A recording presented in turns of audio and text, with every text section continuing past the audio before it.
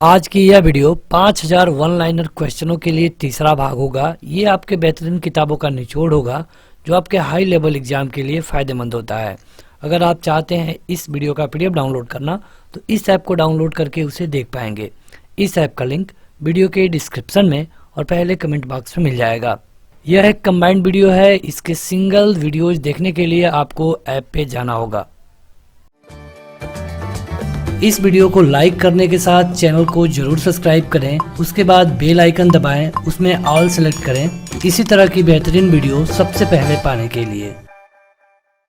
तो यहाँ पे हम वन लाइनर क्वेश्चनों को कवर करते हैं। वैसे इससे पहले भी हमने वन लाइनर क्वेश्चन को कवर किया है लूसेंट और स्पीडी में, लेकिन वहाँ पे थोड़े आसान से क्वेश्चन थे। यहाँ पे जो क्वेश्चन है ये थोड़े हार्ड है। यहाँ पे देखिए, यहाँ पे एक अवतरण दिया गया है और पूछा गया है कि यह कब इसको लाया गया था, इस अवतरण को कब लाया गया था, या फिर इसके बारे में कई क्वेश्चन एक साथ पूछे जाते हैं। अवतरण क्या है? हम भारत के लोग भारत को संपूर्ण प्रभुत्व संपन्न समाजवादी पंथ निरपेक्ष लोकतंत्रात्मक गणराज्य बनाने के लिए तथा उसके समस्त नागरिकों को सामाजिक आर्थिक और राजनीतिक न्याय, ये जो पूरा एक प्रस्तावना है संविधान का, ये कब लाया गया था ये पूछा गया है। तो ये लाया गया था 26 नवंबर 1949 को। देखिए यहाँ पे जो एक और इसमें चीज़ है वो भी आपको जानिए। उस दिन कहा गया था, मतलब जो हिंदी महीना के अनुसार जो था ये था मिति मार्ग शीर्ष शुक्ल सप्तमी संवत 2006 विक्रमी। संवत जो था ये था 2006 विक्रमी, और जो डेट था, मतलब जो हम डेट देखते हैं, ये था 26 जनवरी 1949। यह है भारतीय संविधान की उद्देशिका या फिर प्रस्तावना। कई बार परीक्षा में ये भी पूछा गया है कि प्रस्तावना क्या है या फिर उद्देशिका क्या है। तो वही है कि we the people of India, मतलब कि हम भारत के लोग भारत को ऐसा राज्य बनाने की कामना करते हैं। इसमें हम कई तरह के नियम जोड़ते हैं। अगला है कि भारत के संविधान में 3 प्रकार का न्याय, 5 प्रकार की स्वतंत्रता और 2 प्रकार की समानता और 1 प्रकार की भारतीयत्व का उल्लेख किया गया है। कहाँ पे? तो ये किया गया है प्रस्तावना में।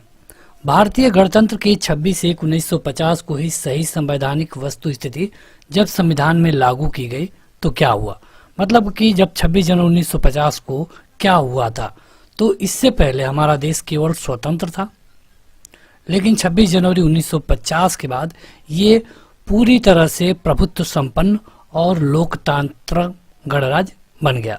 संविधान में हमारे राष्ट्र का उल्लेख किस रूप में किया गया है? तो संविधान में कहीं पर भी हिंदुस्तान नहीं लिखा गया है, ये लिखा गया है भारत या फिर इंडिया। भारतीय संविधान की प्रस्तावना के संबंध में सही शब्दों का क्रम बताइए।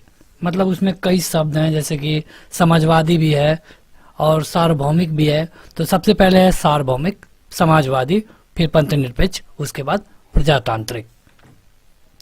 आगे बढ़ते हैं। तो अगला है कि 42वें संविधान संशोधन के द्वारा प्रस्तावना में जो शब्द जोड़े गए थे वो कौन कौन से हैं? ये बहुत बार पूछा गया है। ये भी पूछा जाता है कि 42वां संविधान संशोधन कब हुआ था? तो ये हुआ था 1976 में। 1976 में इसमें संविधान संशोधन किया गया और इसमें 3 शब्द जोड़े गए। पहला था समाजवादी, दूसरा था पंथ निरपेक्ष और तीसरा था अखंडता।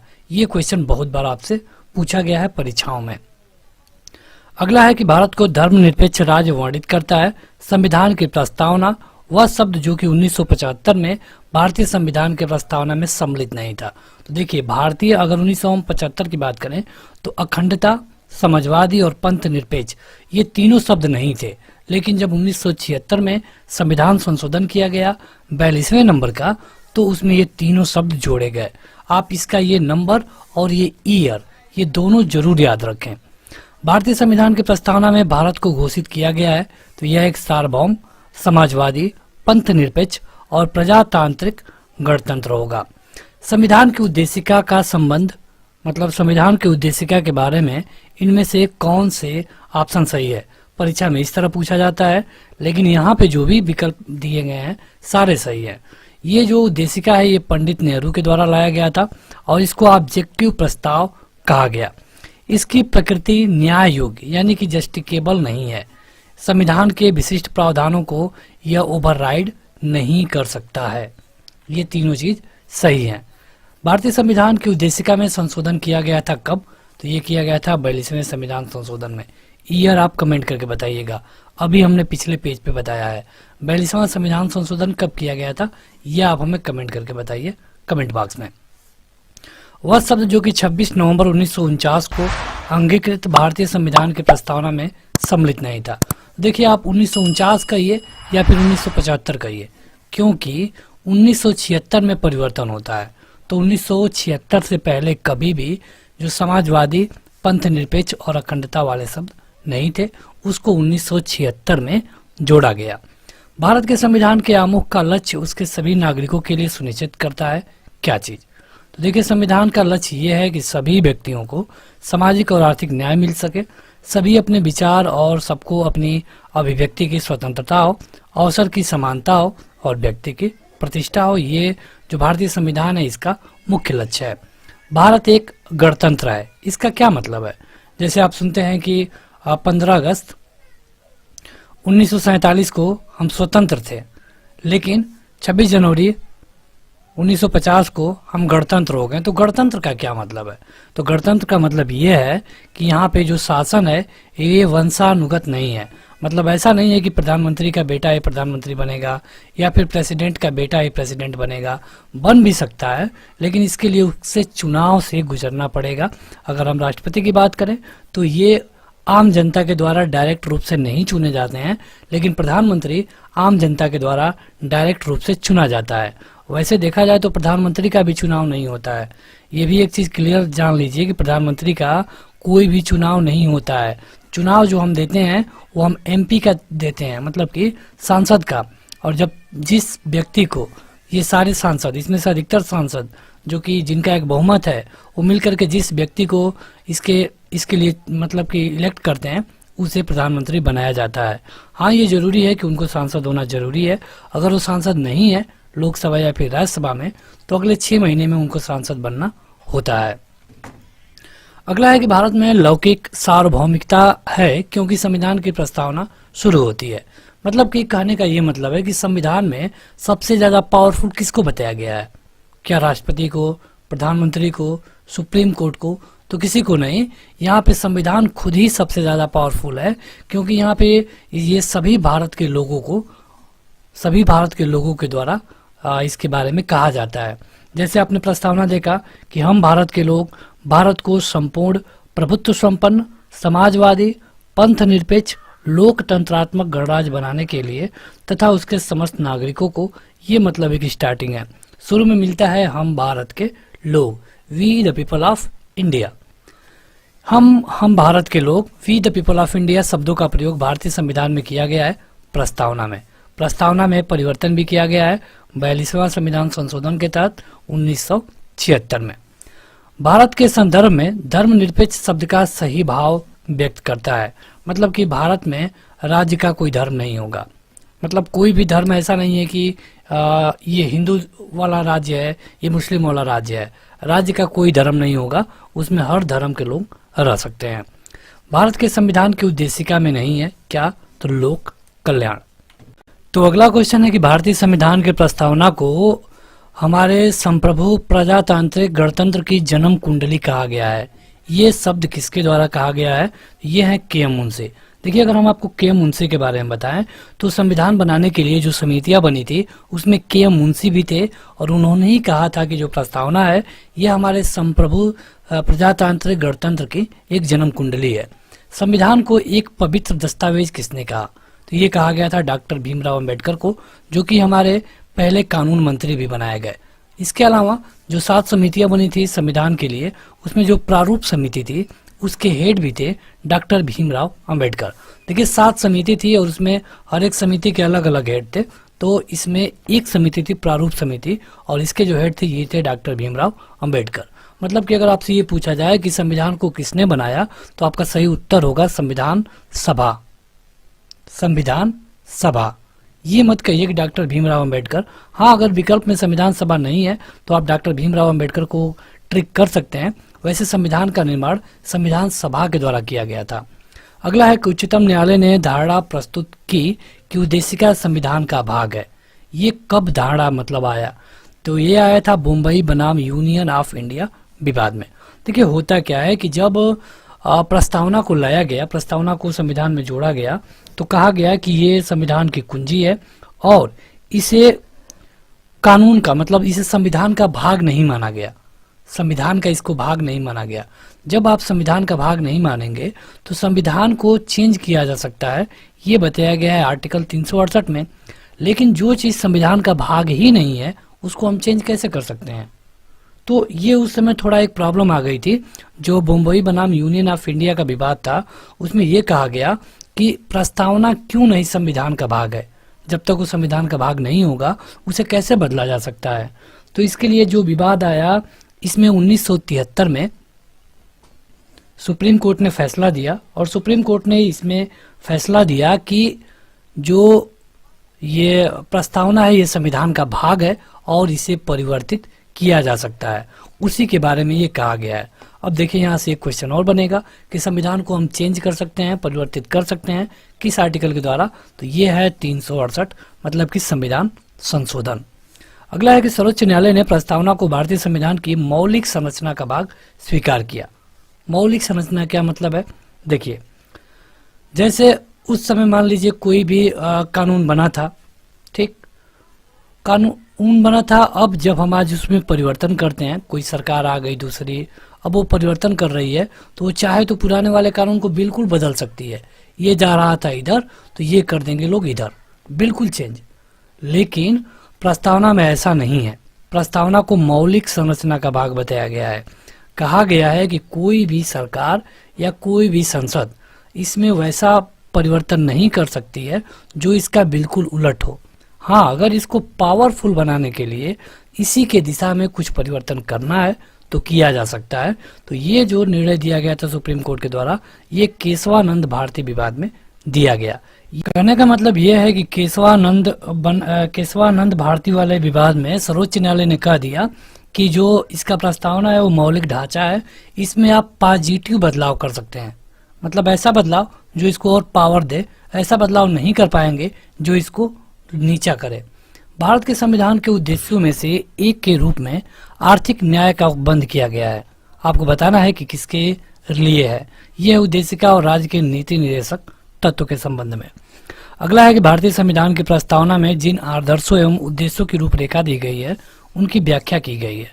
तो इनकी व्याख्या की गई मूल अधिकार और राज्य के नीति निर्देशक सिद्धांत तथा मौलिक कर्तव्यों के अध्याय में। ये मतलब कि प्रस्तावना में आदर्श और उद्देश्य की बात की गई है, उसके बारे में बताया जा रहा है। भारतीय संविधान में उद्देश्यों को प्रतिबिंबित कौन करता है?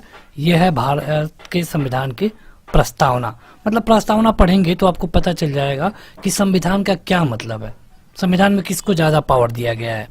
भारत के संविधान की उद्देशिका में व्यवस्था की गई है कितने प्रकार की न्याय की? तो 3 प्रकार की न्याय की। देखिए, इसको हमने अभी शुरू में ही कवर किया था, अगर आपको याद हो तो। यहाँ पे देखिए 3 प्रकार के न्याय, 5 प्रकार की स्वतंत्रता और 2 प्रकार के समानता और 1 प्रकार के भारतीयत्व। तो ये आपको जरूर याद रखना है। ये जो वीडियो आप देख रहे हैं ये थोड़े हाई लेवल के एग्जाम को टारगेट करके बनाया गया है। एक एक पॉइंट हम कवर करने की कोशिश कर रहे हैं। अगर आप इससे आसान क्वेश्चन चाहते हैं तो आप हमारी लुसेंट वाली सीरीज देख सकते हैं जिसमें 100+ वीडियो है, और स्पीडी की सीरीज आप देख सकते हैं स्पेशली रेलवे के लिए, वहाँ पे आपको 50+ वीडियो मिलेगी। सब वीडियो आपको ऐप पे मिल जाएगी, ऐप का लिंक वीडियो के डिस्क्रिप्शन में दिया गया है। संविधान की प्रस्तावना का विधिक स्वरूप क्या है? तो विधिक स्वरूप यह है कि यह लागू नहीं किया जा सकता। बात की जा रही है प्रस्तावना की, इसको लागू नहीं किया जा सकता। राज्य का सबसे महत्वपूर्ण तत्व क्या है? तो यह है संप्रभुता। भारतीय संविधान में जिस प्रकार के शासन प्रणाली की व्यवस्था की गई है वो कौन है? तो यह है संसदात्मक। मतलब कि कोई भी चेंजेस करना होगा तो आपको संसद से ही उसे चेंज कर सकते हैं। हालांकि जो अध्यादेश वाला सिस्टम है इसमें राष्ट्रपति सीधे इसको चेंज कर सकता है, लेकिन राष्ट्रपति भी तो संसद का हिस्सा होता है, ये आप मत भूलिए। क्योंकि अगर हम बात कर रहे हैं संसद की, तो संसद का मतलब क्या है? लोकसभा, राज्यसभा और राष्ट्रपति। अगला है कि सबसे पहले संसदात्मक सरकार आरंभ की गई थी कहाँ पे? तो ये लिया गया था ब्रिटेन में। और हमारे यहाँ जो सिस्टम आप देखते हैं संसद वाला, ये सेम टू सेम ब्रिटेन का है। भारतीय संविधान की विशेषता क्या है? तो संसदात्मक सरकार, संघात्मक सरकार तथा स्वतंत्र न्यायपालिका। मतलब यहाँ पे संसद वाली सरकार है। संघनात्मक मतलब कि एक सेंट्रल गवर्नमेंट होती है, और यहाँ पे जो न्यायपालिका है वो पूरी तरह से स्वतंत्र है। आगे बढ़ते हैं तो अगला है कि भारत में संसदीय प्रणाली सरकार है संसदीय प्रणाली की क्यों। तो देखिए संसदीय प्रणाली का क्या मतलब है। यहाँ पे लोकसभा के प्रति जो भी मंत्रिपरिषद होते हैं सभी उत्तरदायी होते हैं, चाहे वो व्यक्ति मतलब कि राज्यसभा से ही चुन करके क्यों ना आया हो, अगर वो मंत्री में है तो उसे लोकसभा का उत्तर देना होगा। वैसे अगर आप मंत्रिमंडल की बात करें तो कोई भी मंत्री किसी भी सदन में जैसे कि लोकसभा या राज्यसभा में जाकर के जवाब दे सकता है। अगला है कि भारत के संदर्भ में संसदीय शासन प्रणाली में निम्न सिद्धांत संस्थागत रूप से निहित है। मंत्रिमंडल के सदस्य संसद के सदस्य होते हैं, बिल्कुल सही, मतलब कि वही व्यक्ति मंत्री बनेगा जो कि संसद से होगा। अगर नहीं है और आपने मंत्री बना दिया तो अगले 6 महीने के अंदर उसको लोकसभा या फिर राज्यसभा का मेंबर होना जरूरी होगा। जब तक मंत्रियों को संसद या लोकसभा का विश्वास प्राप्त रहता है तब तक ही वो अपने पद पे बने रहते हैं। बिल्कुल सही है, ये दोनों यहाँ पे जो दिया गया है दोनों सही है।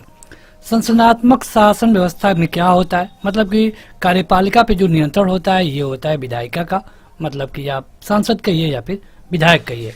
अगर स्टेट में हम बात करेंगे तो विधायक कहेंगे, सांसद में हम बात करेंगे तो मतलब केंद्र में हम बात करेंगे तो सांसद कहेंगे।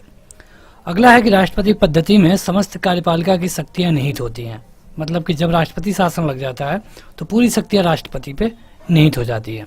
हालांकि इसमें भी कई सारे अपवाद है, जैसे कि अगर किसी स्टेट की हम बात करें वहाँ पे 356 लग गया जिसको हम आपातकाल बोलते हैं, राष्ट्रीय आपातकाल, यानी कि यहाँ पे राष्ट्रपति शासन लगा दिया जाता है तो सारा पावर राष्ट्रपति को तो मिलता है लेकिन राष्ट्रपति अपने मन से कुछ नहीं कर पाएंगे। ये जो भी करेंगे ये सेंट्रल गवर्नमेंट के विचार पे ही करेंगे। भारत में राजनीतिक व्यवस्था के मूलभूत लक्षण क्या है, तो यहाँ पे लोकतांत्रिक गणतंत्र है, संसद वाली सरकार है और सर्वोच्च जो पावर है ये भारत की जनता के पास है। इसके अलावा जो सही कथन दिए गए हैं कि यहाँ पे एक लोकतांत्रिक राज्य है, संप्रभुता संपन्न राज्य है, लोकतांत्रिक समाज है और एक कल्याणकारी राज्य है। ये सारे जो दिए गए हैं सब कुछ सही है। आगे बढ़ते हैं तो अगला है कि भारतीय राज्य व्यवस्था की विशेषता क्या है। विशेषता मतलब क्या है, विशेषता वही है कि यहाँ पे संविधान वाली सरकार चलती है, लोकतंत्र वाली सरकार है और कानून का शासन है। देखिए यहाँ पे आपको लग रहा होगा कि एक ही चीज को कितना बार रिपीट किया गया है। दरअसल रिपीट होने का कारण यह है कि आपसे परीक्षा में कई तरह से पूछा जाता है और उन सारे क्वेश्चनों को यहाँ पे कवर करने की कोशिश की गई है।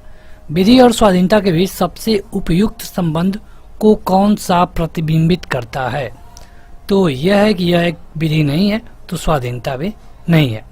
कल्याणकारी राज्य मतलब कि वेलफेयर स्टेट का क्या मतलब है, जैसे कि ये राज्य को जो राज्य के नीति निर्देशक तत्व हैं उसमें मिलता है, ये आयरलैंड से लिया गया है।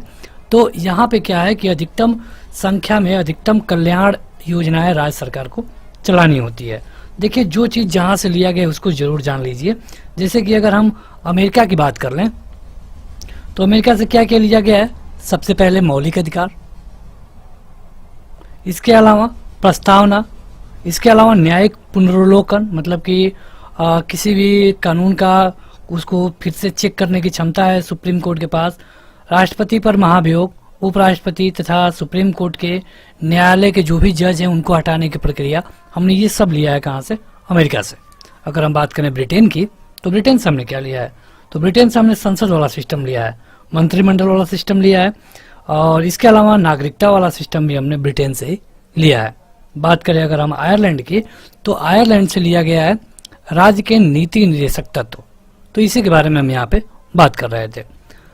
चलिए आगे बढ़ते हैं, लेकिन एक क्वेश्चन आप बताइएगा, आपातकाल हमने कहाँ से लिया है, आपातकाल को हमने कहाँ से लिया है ये आप बताइए कमेंट करके।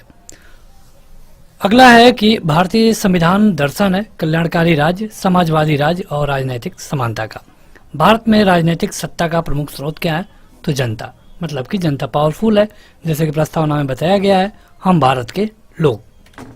आगे बढ़ते हैं तो अगला है कि अध्यक्षात्मक शासन प्रणाली का आधारभूत क्या है, मतलब कि इसका क्या मतलब है, तो जहाँ पे एक ही कार्यपालिका होती है उसको हम अध्यक्षात्मक शासन प्रणाली बोलते हैं।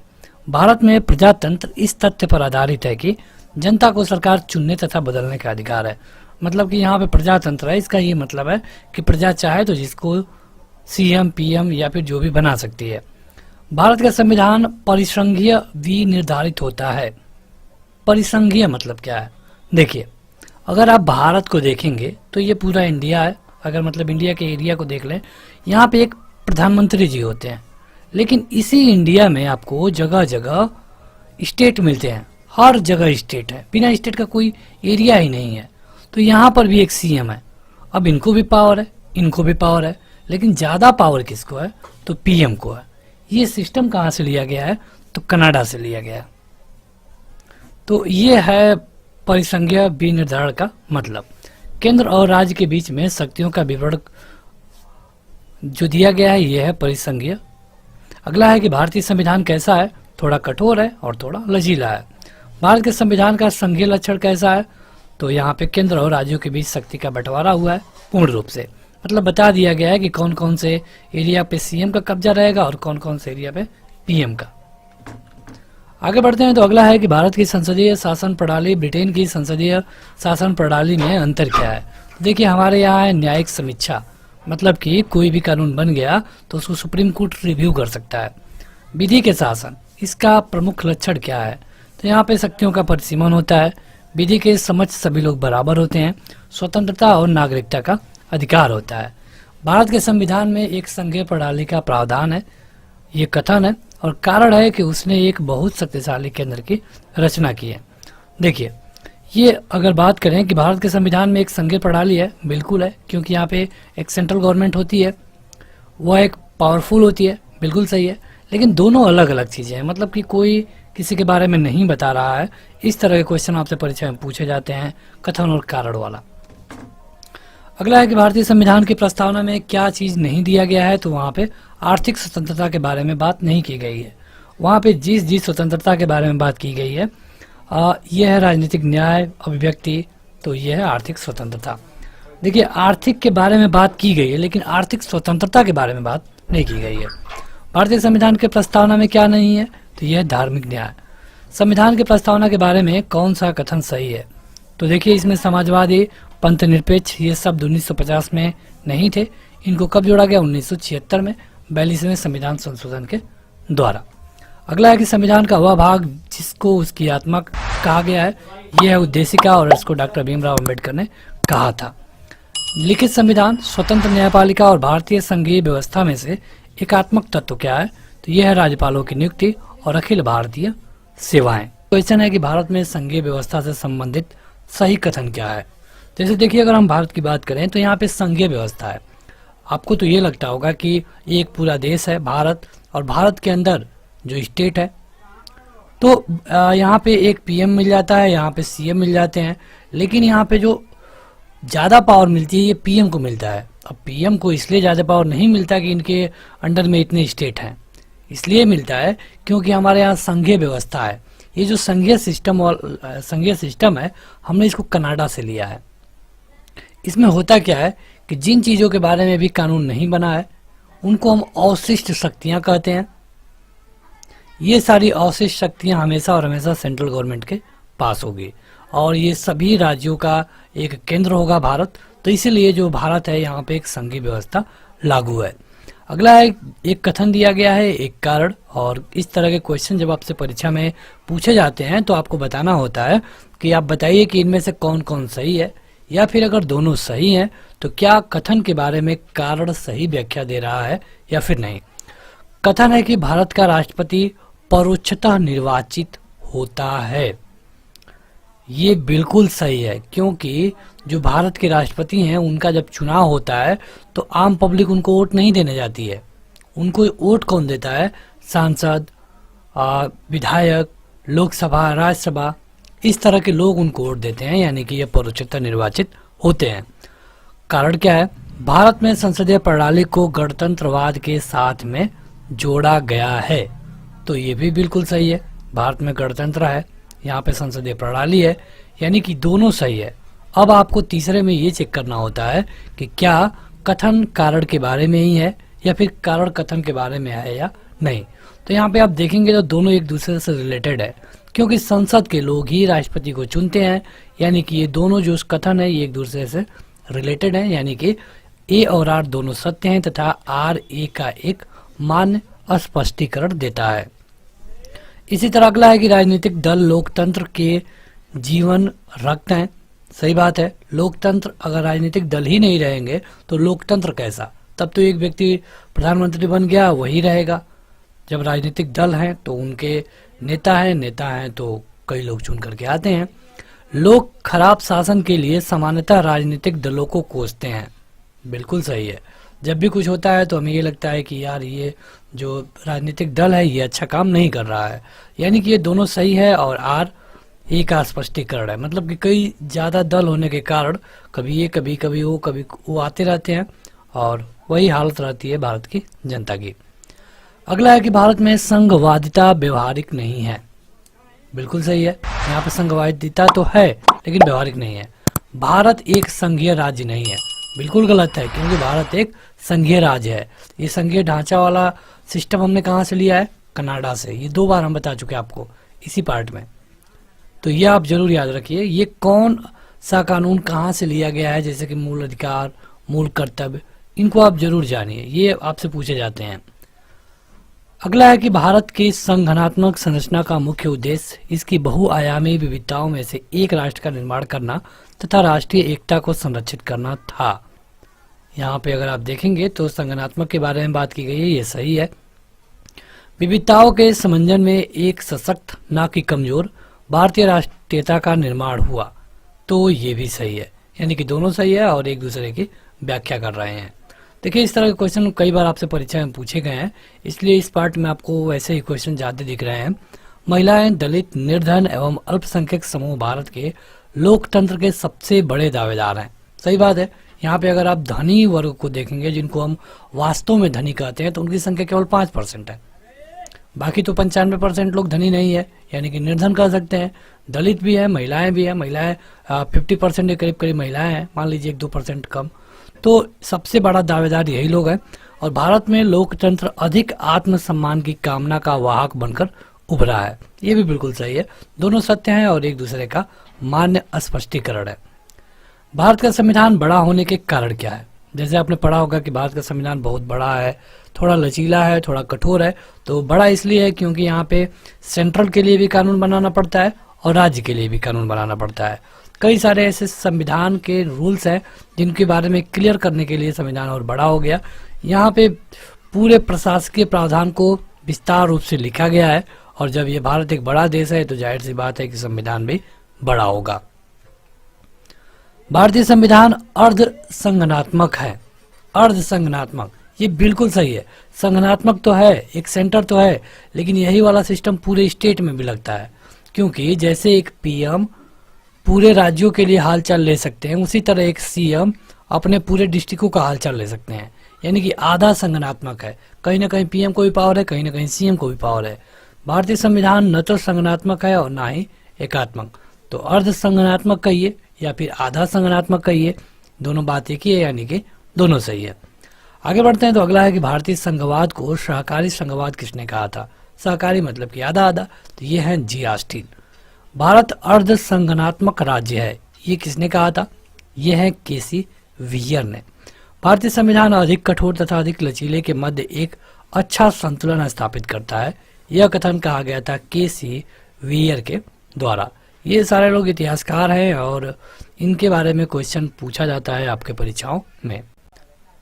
आगे बढ़ते हैं तो अगला है कि संविधान को संगठनात्मक के तंग ढांचे से नहीं ढाला गया है, यह कथन किसका है? यह कथन है भीमराव अंबेडकर का, जो कि भारत के पहले कानून मंत्री थे। उन्होंने कहा कि संविधान है, इसमें पूरा जो संगठनात्मक ढांचा है ये पूरे कठोरता से इसको लागू नहीं किया गया है। ये बात बिल्कुल सही है। भारतीय राजनीतिक पद्धति के बारे में क्या सही है? तो यह धर्मनिरपेक्ष राज्य है, संसदीय पद्धति की सरकार होती है और यहाँ पे संघीय नीति भी काम करती है। गणतंत्रीय अवधारणा से क्या मतलब है? जैसे आप देखते हैं कि भारत एक गणतंत्र देश है, तो इसका मतलब यह है कि एक ऐसा राज्य जहाँ पे जनता ही सर्वोच्च होगी, सर्वोच्च शक्ति निर्वाचित प्रधान में ही निहित होगी, और ये एक ऐसी सरकार जो कि जनता के द्वारा निर्वाचित प्रतिनिधियों की हो, इसी का मतलब है गणतंत्र। संवैधानिक सरकार कौन है? संवैधानिक सरकार वह है जो कि संविधान के तहत चलती है, संविधान के तहत सत्ता पे रूल करती है, ये होती है संवैधानिक सरकार। अब देखिए कुछ आसान क्वेश्चन, तो चलिए बताइए। भारत का राष्ट्रीय पशु यह है बाघ, राष्ट्रीय फूल कमल, राष्ट्रीय पक्षी मोर, राष्ट्रीय ध्वज में जो चक्र लगा है ये किसका प्रतीक है? जैसे कि केसरिया है हमारे प्रगति का, नीला, इसके अलावा जो हरा है ये हमारे हरियाली का है। तो यहाँ पे जो चक्र लगा है ये है किसका? न्याय का। चलिए कमेंट करके बताइए चक्र का कलर कौन सा है? चक्र का कलर कौन सा है जिस चक्र में कुल मिला के 24 तीलियां शामिल होती हैं? आगे बढ़ते हैं। तो संपूर्ण राष्ट्रगान का वादन काल कहलाता है। मतलब कि राष्ट्रगान को हम कितने सेकंड में गाते हैं? 52 सेकंड में। क्या आप बता पाएंगे कि राष्ट्रगीत को हम कितने सेकंड में गाते हैं? राष्ट्रगीत को अगर आप बता पाएंगे तो जरूर बताइएगा। उतना हार्ड क्वेश्चन नहीं है, आसान क्वेश्चन है, और अगर आपको नहीं पता है तो पता होना ही चाहिए। भारतीय संसद को नया राज्य बनाने का अधिकार कहाँ से मिलता है? देखिए, जो अनुच्छेद 3 है भाग 1 का अनुच्छेद आर्टिकल 3, इसमें कहा गया है कि जब भी कोई नया राज्य बनाना होगा तो इसका पावर केवल और केवल सेंट्रल गवर्नमेंट को जाता है। अब होता क्या है कि कई बार कई राज्यों को बांटना होता है, तो बांटने का अधिकार भी जब बांटेंगे तो नया राज्य बनेगा।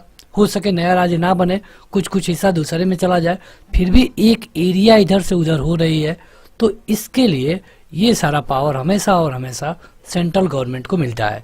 हाँ, कहीं कहीं आप देखेंगे कि जैसे कि ये 2 राज्य हैं, एक बहुत बड़ा है, एक बहुत छोटा है। जो बड़ा वाला राज्य है ये अपने कुछ हिस्से को इस छोटे वाले को देने के लिए इच्छुक है, तो इनको क्या करना पड़ेगा कि अपने विधानसभा में एक बिल लानी पड़ेगी कि हम इतना राज्य इनको दे रहे हैं। इसके बाद ये बिल जाएगी संसद में, और जब संसद इसे अप्रूव कर देगा तो ऑटोमेटिक ये हो जाएगा। या फिर एक और तरीका है कि इनके बिना अप्रूवल का संसद चाहे तो कानून बना करके इस हिस्से को इस राज्य को दे सकता है। कहने का मतलब ये है कि ज़्यादा जो पावर है ये मिलता है संसद को। नए राज्य के गठन कैरी आउट की शक्ति किसको है? तो ये संसद को है, केवल और केवल संसद को है। और राज्यों की सीमा का परिवर्तन करने की शक्ति किसको मिलती है? तो संसद को। जैसे कि अभी हमने बताया, पहले ये राज्य यहाँ तक था, बाद में जब ये यहाँ तक हो गया तो सीमा का परिवर्तन हुआ, तो ये पावर मिलता है संसद को। राज्य सरकारें थोड़ा सपोर्ट कर सकती हैं, लेकिन उनको पूरा पावर नहीं है, कहने का ये मतलब है। अगला है कि एक राज्य को संघ में सम्मिलित करने अथवा नए राज्यों की स्थापना करने के लिए कार्यपालिका शक्ति किसको मिलती है? वही क्वेश्चन है, अलग तरीके से पूछा गया है। बस आप ये जानिए कि भाग 1 में आर्टिकल 3 में ये बात की गई है। नए राज्यों के निर्माण के बारे में सही कथन क्या है? तो जाहिर सी बात है कि संसद नए राज्य को बना सकती है। और देखिए यहाँ पे एक पूरा स्टेटमेंट है कि संसद विधि द्वारा एक नए राज्य का निर्माण कर सकती है। इस प्रकार की विधि में संविधान की पहली अनुसूची, 4थी अनुसूची के संशोधन का प्रावधान होगा। इस प्रयोजन के लिए विधेयक संसद में तब तक पुनर्स्थापित नहीं किया जा सकता है जब तक उसे उस राज्य के विधानमंडल को निर्दिष्ट नहीं किया जाता जिसके क्षेत्र, सीमाओं या नाम पर इसका प्रभाव पड़ता है। कुल मिलाकर आपके जानने लायक बस इतना है कि संसद को ही इसका पावर है। भारत में एक नया राज्य बनाने का अधिकार किसको मिलता है? तो यह है संसद को। एक ही क्वेश्चन है, कई तरीके से, जितने तरीके से आपसे परीक्षा में पूछा गया है वो हम सबको यहाँ पे कवर करने की कोशिश कर रहे हैं। भारत में संघ राज्यों का प्रशासन कौन होता है? संघ मतलब कि यूनियन टेरिटरी की बात की जा रही है, तो ये होता है प्रेसिडेंट।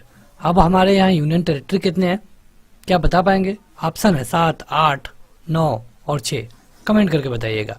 ये हम बात करें 2020 की।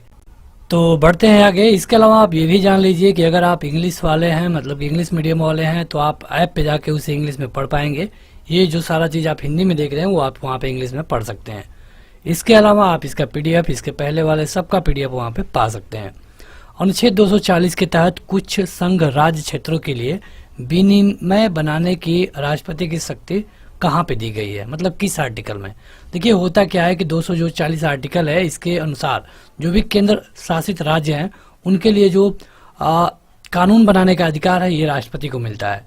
जैसे कि 240(1) में अंडमान निकोबार द्वीप समूह के लिए, 1 के ख में लक्षद्वीप के लिए, ग में दादर नागर हवेली और दमन दीव के लिए, और अंग में पुदुचेरी के लिए।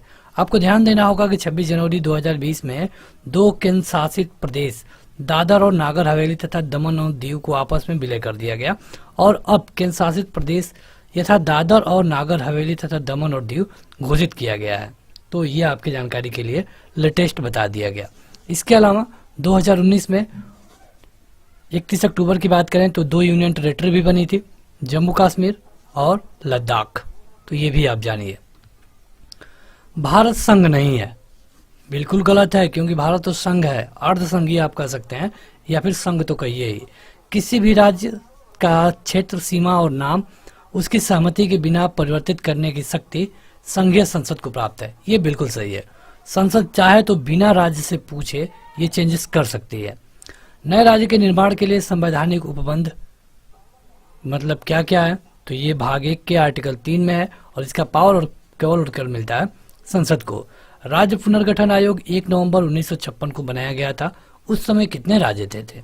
तो उस समय अगर 1956 की बात करें तो 14 स्टेट थे और 6 यूनियन टेरेटरी। आज कितने हैं हमने आपसे पूछा है, कमेंट करके बताइएगा कमेंट बॉक्स में।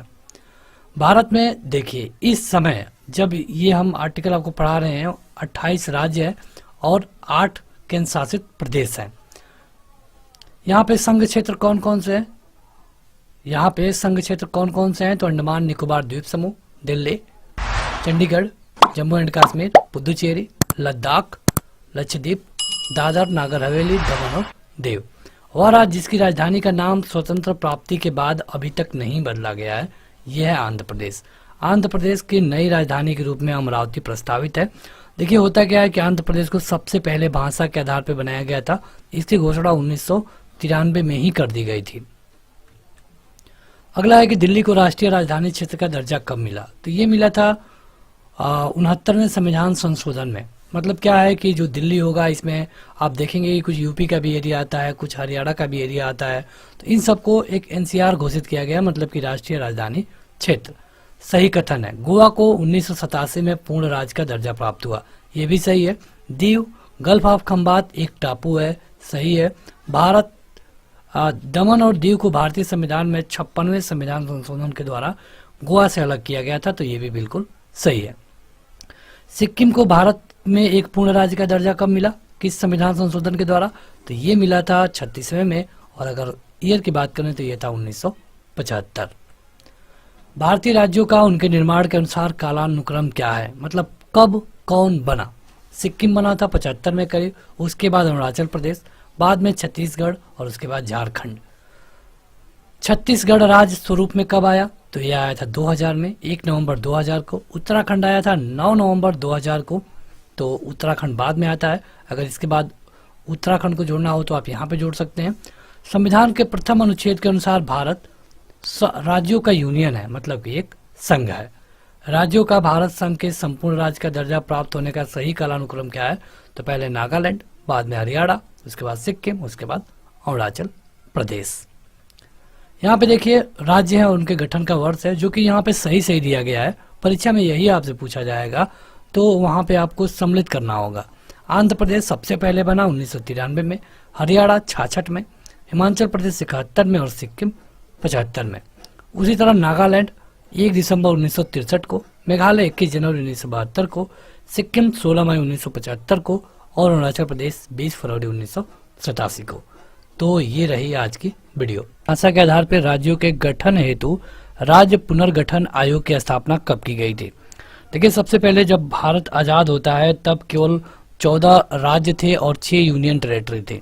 आज जहां आप देखेंगे कि 28-29 राज्य हो गए हैं, उस समय केवल 14 थे। जब आज़ादी हुआ तो उसके बाद धीरे धीरे राज्यों के गठन की मांग बढ़ने लगी और सबसे पहले भाषा के आधार पर आंध्र प्रदेश की मांग की जा रही थी। आंध्र प्रदेश में एक व्यक्ति थे जिनका नाम था राम मल्लू। इन्होंने एक आमरण अनशन शुरू किया 56 दिनों का। इससे पहले जो राज्य पुनर्गठन आयोग बना था, इससे पूछा गया आयोग से कि क्या भाषा के आधार पर राज्य का गठन करना ठीक है या फिर नहीं। तो इस आयोग ने कहा कि नहीं, भाषा के आधार पर राज्य का गठन नहीं करना चाहिए। इसके खिलाफ जो राम मल्लू थे उन्होंने आमरण अनशन शुरू कर दिया। 56 दिनों के आमरण अनशन के बाद इनकी मृत्यु हो जाती है। इसके बाद दबाव में आकर के उस समय के प्रधानमंत्री पंडित जवाहरलाल नेहरू ने आंध्र प्रदेश के लिए मतलब उसको अलग करने की घोषणा कर दी। यानी कि सबसे पहले अगर भाषा के आधार पे कोई राज्य बना तो ये था आंध्र प्रदेश। 1953 में ही इसकी घोषणा कर दी गई थी, लेकिन ये बनके तैयार हो गया 1956 में। तो कई बार क्वेश्चन पूछा गया है भाषा के आधार पे भारत में सबसे पहले गठन किसका हुआ, तो ये हुआ था आंध्र प्रदेश का। अभी हम इसी की कहानी आपको बता रहे थे।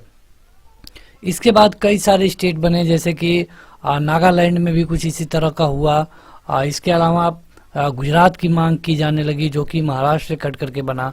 तो सबसे पहला वाला पूछा जाता है, और आप याद रखिए ये है आंध्र प्रदेश, जिसको 1953 में इसके लिए एक भाषा के आधार पर इसको गठन किया गया। अगला है कि भारत के संविधान के किस भाग में नागरिकता से संबंधित प्रावधान है। देखिए, अगर आप देखेंगे तो करीब करीब 22 भाग हैं, और हर भाग में कुछ न कुछ आर्टिकल हैं, और सभी आर्टिकलों में तरह तरह के रखे गए हैं। अगर आप पहले भाग के बारे में देखेंगे, वैसे इसमें भाग दूसरे के बारे में कहा गया है, तो भाग दूसरे में नागरिकता है। अगर पूछा जाए कि पहले भाग में क्या है, तो पहले भाग में संघ और उसके राज्य के बारे में बताया गया है। मतलब बताया गया है कि भारत राज्यों का संघ होगा, इसमें इतने राज्य होंगे, इतने यूनियन टेरिटरी होंगी, और जब भी कोई राज्य बढ़ेगा या फिर यूनियन टेरिटरी बढ़ेंगी तो उनको इसी में जोड़ लिया जाएगा, मतलब कि पहले भाग में। तीसरे भाग में क्या है, दूसरा में तो हमने देख लिया नागरिकता, तीसरे में क्या है, तीसरे में है मौलिक अधिकार। कहां से लिया गया है, अमेरिका से। तीसरे में है मौलिक अधिकार, चौथे में है नीति निर्देशक तत्व। इसके अलावा पांचवें में क्या है, पांचवी भाग में संघ है, छठवें भाग में राज्य हैं, सातवें भाग में अनुसूची के बारे में बताया गया है, आठवें के बारे में संघ राज्य क्षेत्र के बारे में बताया गया है। इसके अलावा जो कई बार पूछे गए हैं उनके बारे में बता दें तो भाग जो 15 है इसमें निर्वाचन के बारे में बताया गया है। तो ये सारे भाग हैं जो कि आपको डायरेक्ट पता होना चाहिए, इससे कई बार क्वेश्चन पूछे जाते हैं। भारतीय संविधान प्रदान करता है कैसी, तो यहाँ पे सिंगल नागरिकता है, मतलब कि केवल आप यहीं के नागरिक रहेंगे या फिर किसी और देश के। अगर किसी और देश के आप नागरिक हो जाते हैं तो आपकी जो भारत की नागरिकता है वो ऑटोमेटिक खत्म हो जाती है, ये यहाँ का नियम है। अब देखिए, कई बार एक मानद नागरिकता दी जाती है, तो उस कंडीशन में ऐसा नहीं है। जैसे कि अगर आपको नोबेल मिलता है तो नोबेल के साथ साथ आपको स्विट्जरलैंड की एक मानद नागरिकता मिलती है, तो उससे कोई फर्क नहीं है, वो परमानेंट नहीं होती है। लेकिन अगर कहीं किसी देश का आप परमानेंट नागरिकता लेते हैं तो भारत की नागरिकता ऑटोमेटिक आपसे छीन ली जाती है। राज्य के निर्माण का सही अवरोही क्रम क्या है, मतलब कि कौन सबसे पहले बाद में बना, उसके बाद बना। तो अभी आप देखेंगे कि 2000 में उत्तराखंड बना था। इसके अलावा अगर 2014 की बात करें तो तेलंगाना बना था। 2019 की बात करें तो 2 यूनियन टेरिटरी बनी, जम्मू कश्मीर और लद्दाख। इसके अलावा राजस्थान बना था 1958 में, महाराष्ट्र बना था 1960 में, और हरियाणा बना था 1966 में। अगला क्वेश्चन है कि सत्य कथन कौन है। यहाँ पे जो भी दिए गए हैं सारे सही है। परीक्षा में आपसे सही वाला पूछा जाता है, वहाँ पे 1 सही और 3 गलत दिया जाता है। गोवा को दमन और दीव से अलग किया गया था। बम्बई राज्य गुजरात और महाराष्ट्र में बांटा गया। हिमाचल प्रदेश सबसे पहले संघ शासित प्रदेश की सूची में था। तो यहाँ पे तीनों सही है। परीक्षा में आपको 1 सही दिया जाता है और वही आपसे पूछा जाता है। सही कथन बताइए। कांग्रेस के नागपुर सत्र जो कि 1920 में हुआ, इसके पश्चात कांग्रेस समितियों का गठन भाषा के आधार पर किया गया।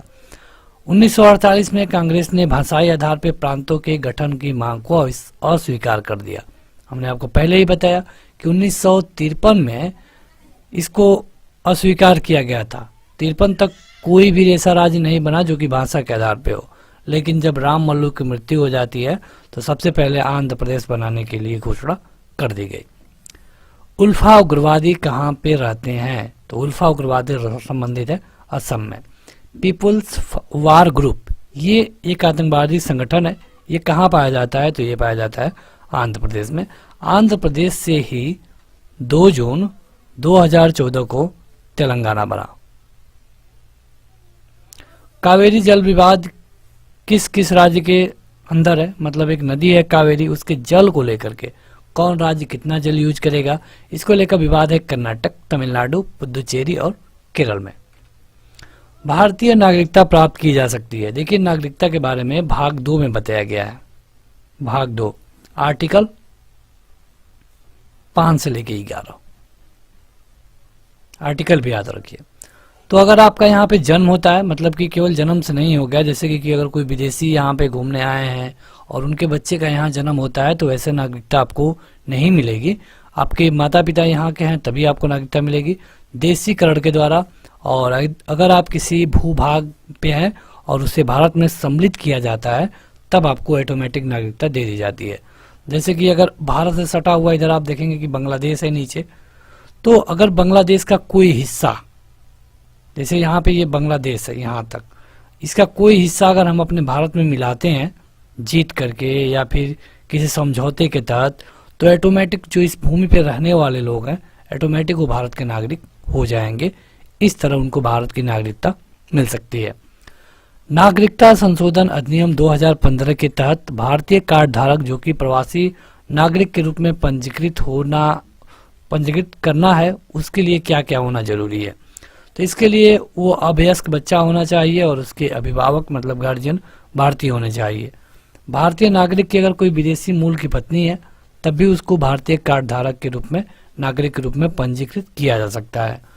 एक व्यक्ति का परपोता या फिर परपोती जो कि दूसरे देश का नागरिक है और जो व्यक्ति है वो भारतीय है, किंतु उसके पितामह, पितामही, मातामही संविधान लागू होने के समय भारत के नागरिक थे, तब भी उनको भारत के नागरिक के रूप में पंजीकृत किया जा सकता है।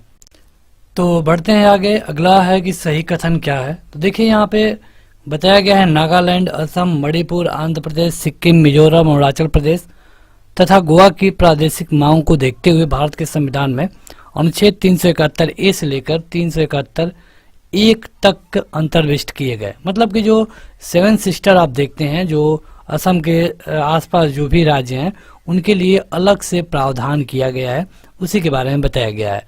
दोहरी नागरिकता का सिद्धांत किस देश में है, तो ये है संयुक्त राज्य अमेरिका में। हमारे यहाँ क्या है, तो सिंगल सिटीजन है, मतलब कि सिंगल नागरिकता का। हमारे यहाँ जो नागरिकता वाला कानून लिया गया है ये कहाँ से लिया गया है, ये लिया गया है ब्रिटेन से, यानी कि लंदन से। अगला है कि नागरिकता के अर्जन हेतु शर्तों को नियत रखने के लिए सक्षम कौन है। मतलब कि नागरिकता के लिए, जैसे कि अभी आप देख रहे थे कि आपके पिता को भारतीय होना चाहिए, माता को इतने साल रहना चाहिए, तो ये जो नागरिकता के शर्त हैं इसको कौन इसमें चेंजेस कर सकता है, तो इसके लिए एक पावर है केवल और केवल संसद को। अब संसद कहने का मतलब क्या है, लोकसभा, राज्यसभा और प्रेसिडेंट।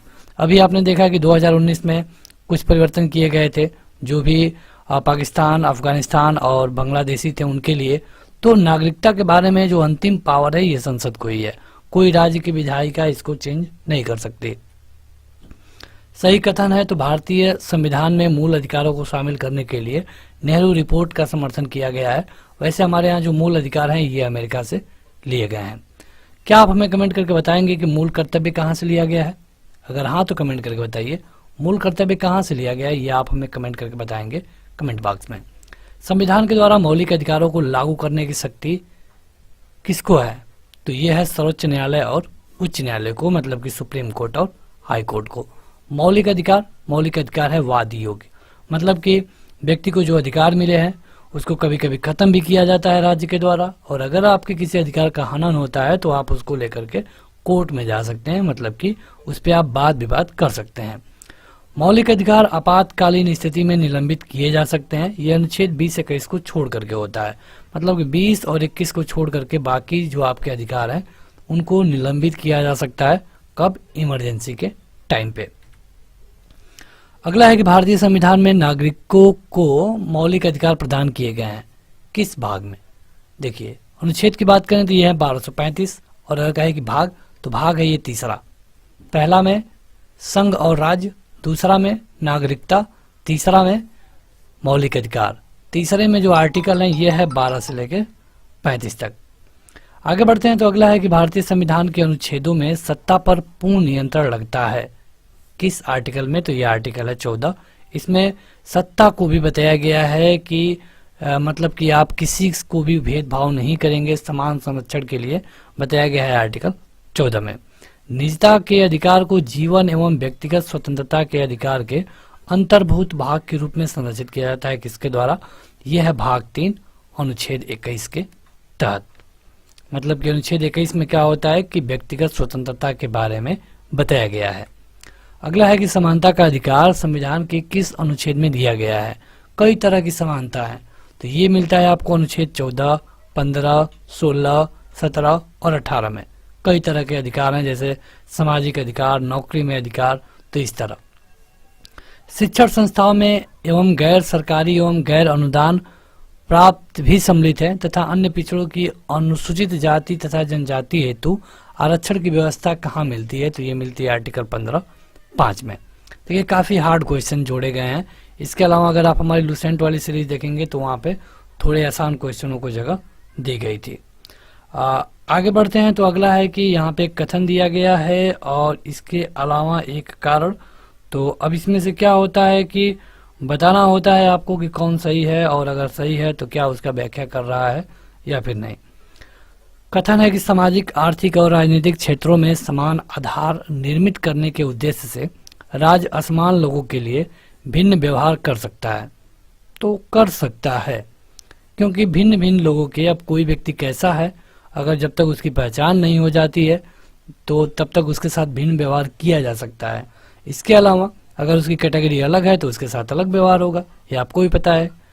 समान लोगों में विधि समान होगी और समान रूप से प्रशासित की जाएगी, ये बिल्कुल सही है। समान लोगों में, यहाँ पे कैटेगरी की बात हम कर रहे थे, ओबीसी और एससी एसटी की। अगला है कि संवैधानिक प्रावधानों को संघीय यानी कि संसद, राज्य विधान पालिकाओं द्वारा बनाए गए नियमों और कानून पर प्राथमिकता प्रदान करता है। मतलब कहने का यह है कि राज्य में कोई कानून बना है और वही कानून अगर संसद में बनता है तो संसद वाला कानून ज्यादा पावरफुल होगा। ये आर्टिकल 13 है। भारतीय संविधान के अनुच्छेद 13 का मुख्य उद्देश्य यह है कि संविधान की सर्वोच्चता बनी रहे और इस मौलिक अधिकार के संदर्भ में भारतीय संविधान में स्वतंत्रता का अधिकार 4 अनुच्छेदों के द्वारा प्रदान किए गए हैं। ये है जो 4 अनुच्छेद 19 से लेकर के 22 तक, मतलब कि 19, 20, 21 और 22। धर्म आदि के आधार पर विभेद का प्रतिषेध भारत के संविधान का अनुच्छेद 15 एक मूल अधिकार है जिसे वर्गीकृत किया जा सकता है समता के अधिकार के अधीन। एक मूवी आई थी आर्टिकल 15, अगर आपने देखा हो तो उसमें इसके बारे में अच्छे तरीके से बताया गया है। अगला क्वेश्चन है कि भारतीय न्यायालय को समान कार्य के लिए समान वेतन को मौलिक अधिकार के समतुल्य मानने के लिए निम्नलिखित प्रावधानों में सक्षम किया गया है। देखिए, कुल मिलाकर के यहाँ पे ये जो क्वेश्चन हम पढ़े हैं अभी, उसमें क्या है कि समान मौलिक अधिकार के बारे में बात की गई है और ये आपको आर्टिकल 14 से 16 में मिलता है, जिसमें 16 में यह है कि लोक नियोजन के विषय में अवसर की समानता होगी। 14वां है कि विधि के समक्ष सबकी समानता होगी, मतलब कानून के सामने जो भी होगा बराबर होगा। तो ये दोनों आर्टिकल मौलिक अधिकार के तहत आते हैं। अनुच्छेद 25 का संबंध किससे है, तो अनुच्छेद 25 में बताया गया है धार्मिक स्वतंत्रता के बारे में, मतलब कि आपको स्वतंत्रता होगी, आप अपने मर्जी से कोई भी धर्म स्वीकार कर सकते हैं, हालांकि मर्जी से, किसी के दबाव में नहीं। ICCPR के अनुच्छेद के द्वारा बाल अधिकार को सुरक्षित किया जाता है, तो यह है आर्टिकल 24। आर्टिकल 24 में बताया गया है कि आप कितने साल तक के बच्चों को ऑफिस में काम करा सकते हैं, कितने साल तक के बच्चों को कारखाना में नहीं काम करा सकते हैं, तो ये है आर्टिकल 24। भारतीय संविधान में समता के अधिकार 5 अनुच्छेदों द्वारा प्रदान किए जाते हैं। ये कौन कौन से हैं, तो ये है 14 से 18 समता का जो अधिकार है, 14, 15, 16, 17 और 18, कुल मिला के 5। भारतीय संविधान में जैसा निहित है समानता के मौलिक अधिकार सम्मिलित है, मतलब वही समानता के बारे में। तो कानून के समक्ष 14 है, सामाजिक समानता 15 है और अवसर की समानता 16 है। बच्चों का शोषण नहीं आप कर सकते हैं, ये 24 में है, मतलब कि 14 साल तक के बच्चों को आप कारखानों में नहीं लगा सकते हैं, ये आर्टिकल 24 में बताया गया है। अनुच्छेद 17 में बताया गया है कि छुआछूत नहीं होगा, मतलब जैसे पहले छुआछूत होता था, ये अनुच्छेद 17 के द्वारा उसको खत्म किया गया है। देखिए, पहले होता क्या था कि जब भारत आज़ाद हुआ तो उसमें जो दलित थे या फिर जो भी छोटी जाति के लोग थे उनसे छुआछूत रखा जाता था, उनको दूर बैठाया जाता था। उसे दूर करने के लिए आर्टिकल 17 का प्रावधान किया गया है। और यहाँ पे देखिए वही क्वेश्चन है कि अगर एसी का कोई सदस्य इसके खिलाफ कोर्ट जाता है तो कोर्ट इस मामले पे विचार कर सकता है इसी आर्टिकल के तहत। अगला है कि भारत में छुआछूत का निवारण निम्न उपायों द्वारा किया जा सकता है। जैसे अगर भारत में छुआछूत अभी भी कहीं कहीं देखने को मिलता है तो इसे कैसे खत्म करेंगे? तो एक तो कानून बना करके, दूसरा शिक्षा सबको शिक्षित कर करके, और तीसरा सबको इसके बारे में बता करके कि कोई छोटा बड़ा नहीं है, कोई छुआछूत करने की जरूरत नहीं है। तो इस तरह भारत में छुआछूत को खत्म किया जा सकता है। मद्रास राज बनाम द्वैराजन 1951 के मुकदमे में भारतीय सर्वोच्च न्यायालय के निर्णय के परिणाम स्वरूप जिस मौलिक अधिकार को संशोधित किया गया वह कौन है? तो यह है भेदभाव के विरुद्ध अधिकार। अनुसूचित जनजाति मतलब एसी एसटी को जो मौलिक अधिकार, सामाजिक अधिकार और राजनीतिक अधिकार मिला है, ये आर्टिकल 17 में मिलता है, और इसी में छुआछूत का भी अधिकार है। आप देखते हैं कि भारत में सब व्यक्ति को बोलने की आज़ादी है। इसके अलावा प्रेस को भी आज़ादी है, प्रेस को भी, वो भी बोलते हैं, लिखते हैं, उनकी मीडिया है।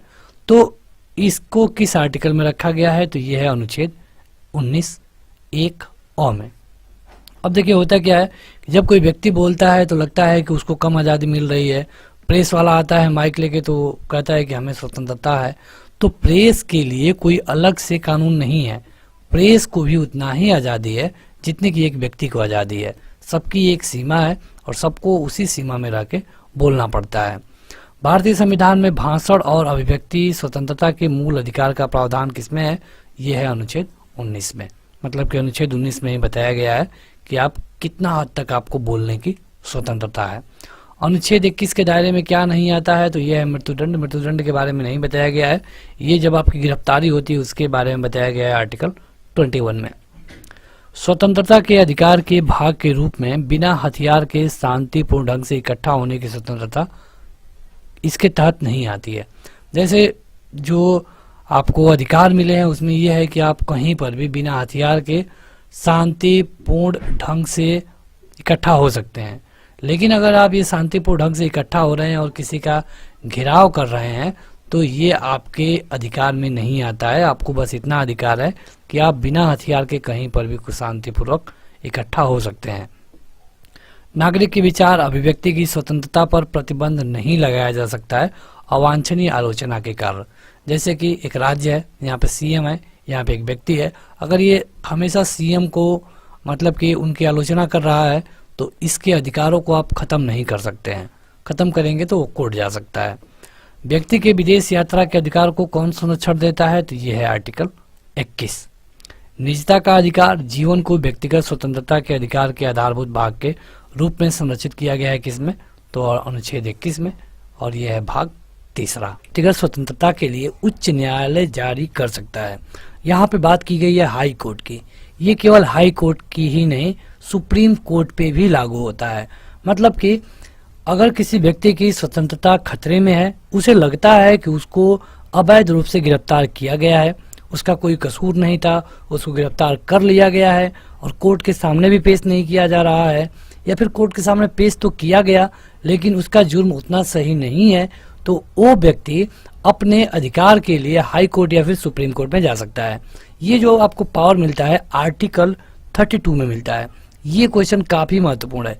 आर्टिकल 32 में आपको 5 तरह के अधिकार मिलते हैं, जिसमें से पहला है हैबियस कॉर्पस। मतलब कि ये इसमें होता है ये कि वो व्यक्ति प्रार्थना करता है उच्च न्यायालय से या फिर सुप्रीम कोर्ट से कि हमें अवैध रूप से कैद करके रखा गया है, और यहाँ पे जो कोर्ट है वो कहता है कि अगर इसे अब तक कोर्ट में पेश नहीं किया गया तो तुरंत इसे संबंधित कोर्ट में पेश करिए ताकि इनके मामले पे आगे सुनवाई हो सके। इसके अलावा जो अगला आदेश होता है, अगला जो अधिकार मिलता है ये होता है परमादेश का। परमादेश में क्या होता है? ये तब जारी किया जाता है जब कोई सरकारी नौकरी वाला व्यक्ति, कोई नेता अपने अधिकार का वहन नहीं कर रहा है। वैसे आप नेता पे नहीं कर सकते इसको, कोई भी ऐसा व्यक्ति जो कि जिम्मेदार है, जिसकी मतलब और उत्तर देने की रिस्पॉन्सिबिलिटी है, वो व्यक्ति अगर काम नहीं कर रहा है तो उसको जो कोर्ट है आदेश जारी करता है। इसके अलावा जो अगला है ये है प्रतिषेध लेख। प्रतिषेध लेख हमेशा सुप्रीम कोर्ट और हाई कोर्ट के द्वारा जारी किए जाते हैं। अगला है उत्प्रेषण, मतलब कि चौथा, और 5वां है अधिकार परीक्षा। मतलब कि कोई व्यक्ति जब किसी पद पे बैठा होता है और वह उस लायक नहीं है तो कोर्ट को अधिकार है कि वह पूछ सकता है कि आप किस अधिकार से यहाँ पे बैठे हैं। बस आप ये जानिए कि आर्टिकल 32 में आपको 5 तरह के राइट मिलते हैं। यहाँ पे देखिए सही सुमेलन इस प्रकार है। यहाँ पे तो सुमेलित है, परीक्षा में आपसे सुमेलित करवाया जाता है। मौलिक अधिकार ये मिला था 42वें संविधान संशोधन के द्वारा। संसद में मौलिक अधिकार का संशोधन कर सकती है, ये कहा गया केशवानंद भारती केस में। देखिए पहले क्या था कि मौलिक अधिकार में ही प्रॉब्लम आ गई थी। लोगों को ये था कि जब उनका अधिकार है पब्लिक का तो इसमें संशोधन कैसे किया जा सकता है, लेकिन कोर्ट में गया तो कोर्ट ने कहा कि चूंकि ये संविधान का हिस्सा है और संविधान को हम आर्टिकल 368 के तहत संशोधित कर सकते हैं तो इसको भी कर सकते हैं। ये था केशवानंद भारती वाला केस। इंसानों के अनैतिक व्यापार का निषेध, ये आर्टिकल 32 में बताया गया है। मतलब कि आप किसी भी व्यक्ति को बेच नहीं सकते हैं, उसका व्यापार नहीं कर सकते हैं। उपाधियों का निषेध, ये आर्टिकल 18 में कहा गया है। धार्मिक मामलों में आपको स्वतंत्रता होगी, ये आर्टिकल 26 में कहा गया है। अल्पसंख्यक को अपनी भाषा को रखने का अधिकार होगा, ये आर्टिकल 29 में कहा गया है। शिक्षा का अधिकार है आर्टिकल 21A में। ये जो सारे आर्टिकल है ना, ये कहीं ना कहीं आपके परीक्षा में पूछे जा चुके हैं, इसलिए आपको इनको ध्यान देना पड़ेगा। अगला क्वेश्चन है कि संसद को मौलिक अधिकारों में संशोधन करने का अधिकार कब मिला, तो ये मिला केशवानंद भारती वाले विवाद में। दरअसल क्या था कि मतलब कि कुछ लोगों का कहना था कि लोगों को मौलिक अधिकार मिलने चाहिए, मौलिक अधिकार दिए भी गए। पहले 7 थी इनकी संख्या, बाद में इसे 6 कर दिया गया। जब इनकी संख्या 7 हुआ करती थी तो उसमें संपत्ति का अधिकार भी था। संपत्ति का अधिकार मतलब कि ये हमारी भूमि है तो हमारी मर्जी इसे हम बेचें या फिर ना बेचें। लेकिन आपको लगता होगा कि ये अधिकार तो आज भी है, तो आज आपके पास ये अधिकार तो है लेकिन ये मौलिक अधिकार नहीं है, ये केवल एक आपका कानूनी अधिकार है। मौलिक अधिकार में आपका पूरा पावर होता है, कानूनी अधिकार में आपका पूरा पावर नहीं होता है। वहाँ पे सरकार चाहे तो आपको उचित मूल्य दे करके इसको ले सकती है। जैसे पहले होता क्या था कि रेल की पटरी आ रही है, कोई व्यक्ति ने कहा कि नहीं यहाँ पे हम नहीं जाने देंगे, ये हमारे पिताजी की भूमि है या फिर यहाँ पे कब्र है, ये है वो है, तो ये काम रुक जाता था। इसीलिए ये मामला कोर्ट में गया, क्योंकि पहले कहा गया था कि मौलिक अधिकार का संशोधन नहीं किया जा सकता। बाद में जब केशवानंद भारती वाले में फैसला आया तो कहा गया कि नहीं, संशोधन किया जा सकता है और इसमें जो संपत्ति का अधिकार था इसको हटा दिया गया। अब इसको रखा गया है 300 क में, यानी कि 1 में। भारत के सर्वोच्च न्यायालय ने संविधान की मूल संरचना बुनियादी ढांचा का प्रतिपादन किया था, तो ये किया था केशवानंद भारती बनाम केरल राज्य के मुकदमे में। संपत्ति का अधिकार अब कैसा अधिकार है, तो अब केवल कानूनी अधिकार है, पहले ये क्या था, मौलिक अधिकार था। अगला है कि संपत्ति के मूल अधिकार का लोप किया गया। कब, मतलब कि जो संपत्ति का अधिकार था इसको कब हटा के कानूनी अधिकार बनाया गया, ये किया गया 1978 में 44वें संविधान संशोधन के द्वारा। आगे बढ़ते हैं तो अगला है कि वर्तमान के समय में भारतीय संविधान के अंतर्गत संपत्ति का अधिकार कैसा है। देखिए एक ही क्वेश्चन है, कितने तरीके से पूछा गया है, तो यह एक विधिक कानूनी अधिकार है, यह कोई भी मौलिक अधिकार नहीं है।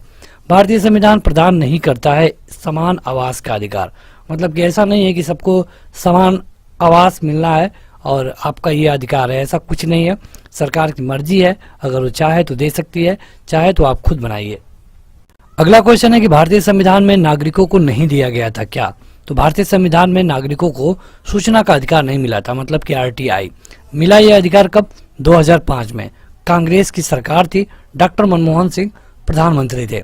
हालांकि अब कहा जाता है कि ये जो राइट टू इन्फॉर्मेशन है इसे काफी हद तक कमजोर किया गया है।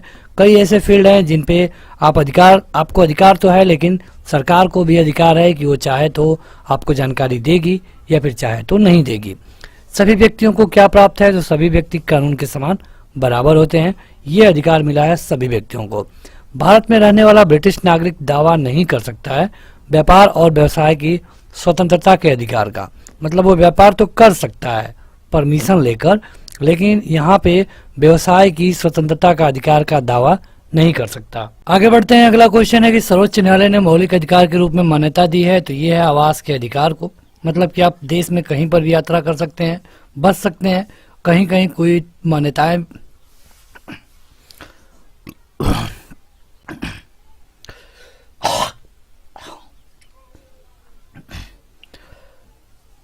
अगला क्वेश्चन है कि सर्वोच्च न्यायालय ने मौलिक अधिकार के रूप में मान्यता दी है, तो ये है आवास का अधिकार और विदेश यात्रा का अधिकार।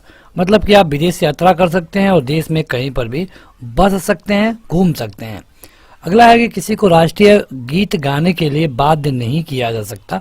क्यों?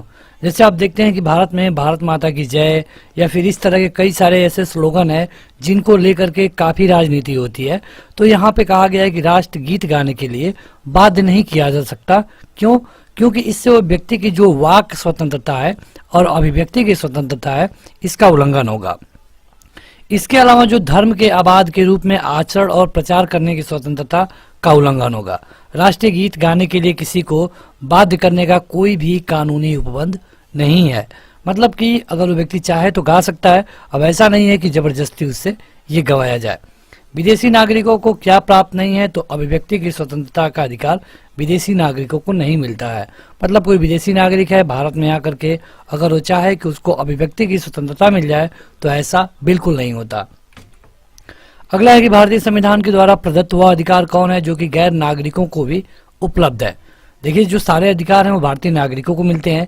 इनमें से कुछ ऐसे अधिकार हैं जो कि जो विदेशी नागरिक यहाँ पे आते हैं, चाहे वो टूरिस्ट के तौर पे या फिर काम करने, तो उनको भी अधिकार मिलता है। यह है संवैधानिक उपचारों का अधिकार, यह है संवैधानिक निराकरण का अधिकार जो कि आर्टिकल 32 के तहत मिलता है। मतलब कि ये अधिकार सबको मिलेगा, चाहे वो नागरिक हो या फिर ना हो। भारत के संदर्भ में अधिकार और कर्तव्यों के बीच में सही संबंध क्या है? तो अधिकार और कर्तव्य साथ सहसंबंधित है।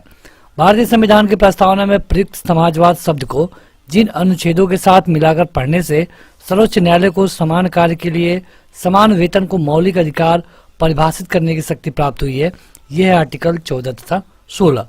मतलब कि आर्टिकल 14 और 16 में समानता के बारे में बात की गई है। वही कहा गया इस पूरे क्वेश्चन में। लोक नियोजन के विषय में भारत के सभी नागरिकों को अवसर समानता की प्रत्याभूति प्रदान करता है कौन?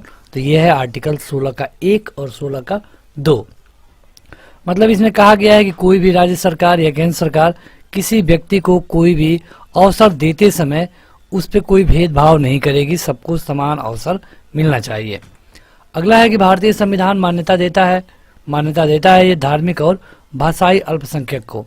कोई अल्पसंख्यक है तो वो अपनी भाषा को बोल सकता है, लिख सकता है, इसका अधिकार संविधान उनको देता है। 6 से 14 साल तक के बच्चों को शिक्षा का अधिकार फ्री में होता है, ये मिलता है आर्टिकल 21A और यह एक मूल अधिकार है। अगर हम बात करें आपातकाल, तो आपातकाल के टाइम पर भी यह सस्पेंड नहीं होता है। भारतीय संविधान में संशोधन करके शिक्षा का अधिकार कब जोड़ा गया? तो ये जोड़ा गया 1 अप्रैल 2010 को। वह अधिकार जो कि राष्ट्रीय आपातकाल के समय में भी समाप्त नहीं होता है, यह है व्यक्तिगत स्वतंत्रता और जीवन का अधिकार। मतलब कि जब भी आपातकाल लगता है तो कई सारे ऐसे अधिकार हैं जो कि समाप्त कर दिए जाते हैं, लेकिन ये दोनों को समाप्त नहीं किया जाता है। अगला क्वेश्चन है कि राज्य 6 से 14 साल तक के सभी बच्चों को निःशुल्क और अनिवार्य शिक्षा देगा, यह कथन है। इसके अलावा जो कारण दिया गया है यह है कि यह प्रजातांत्रिक समाज में शिक्षा का अधिकार मानव अधिकार के रूप में विकास के अधिकार की व्याख्या के लिए अपरिहार्य है। देखिए, इस तरह के क्वेश्चन जब परीक्षा में पूछे जाते हैं तो आपको बताना होता है कि क्या दोनों सही है या फिर इनमें से कौन सही है और क्या जो कारण है यह कथन की व्याख्या करता है कि नहीं। तो यहाँ पे देखिए, अगर आप देखेंगे पहले वाले को, तो 6 से 14 साल तक के बच्चों को निःशुल्क शिक्षा मिलती है, अनिवार्य है, ये बिल्कुल सही है। और ऐसा शिक्षा के अधिकार के लिए रखा गया है, तो ये भी बिल्कुल सही है। और इसके बारे में जो स्पष्टीकरण है एक कारण दे रहा है। भारतीय संविधान के अनुच्छेद 25 में जो हिंदू शब्द सम्मिलित नहीं करता है, किसके लिए? तो ये है पारसियों को हिंदू में नहीं रखा जाता है। किसी अपराध के अभियुक्त को स्वयं अपने विरुद्ध गवाह बनने के लिए बाध्य नहीं किया जा सकता है, यह प्रावधान कहाँ है? तो यह है आर्टिकल 20 के 3रे भाग में। जैसे कोई चोरी किया, कोर्ट में गया, तो वहां पे आप जज के सामने ये नहीं कह सकते कि कहो तुम कि मतलब हाँ मैंने चोरी किया है। अगर आपके सामने प्रूफ है तो आप लाइए। लेकिन ये काम साइड से होता है, पुलिस करवा लेती है। पुलिस जब थाने में लेती है तो वहाँ पे पीट के ये जुर्म एक्सेप्ट करवा लेती है। हालांकि अगर यही कैदी जाकर के कोर्ट में अपने बयान से हट जाता है तो जो पुलिस के सामने दिया गया बयान होता है वो कोर्ट में लागू नहीं होगा अगर ये अपने बयान से पलट जाए तो कुल कहने का ये मतलब है कि खुद के विरुद्ध गवाह नहीं बना सकते। अगला है कि विधि की सम्यक प्रक्रिया के सिद्धांत को शामिल किया गया है किसमें? यह है आर्टिकल 21। जब कोई व्यक्ति बंदी बनाया जाता है तो उसको मौलिक अधिकार मिलते हैं, 3 अधिकार मिलते हैं। ये मिलते हैं आर्टिकल 22 में। इसमें ये अधिकार ये मिलता है कि उसको बताना होगा कि हम क्यों आपको अरेस्ट कर रहे हैं।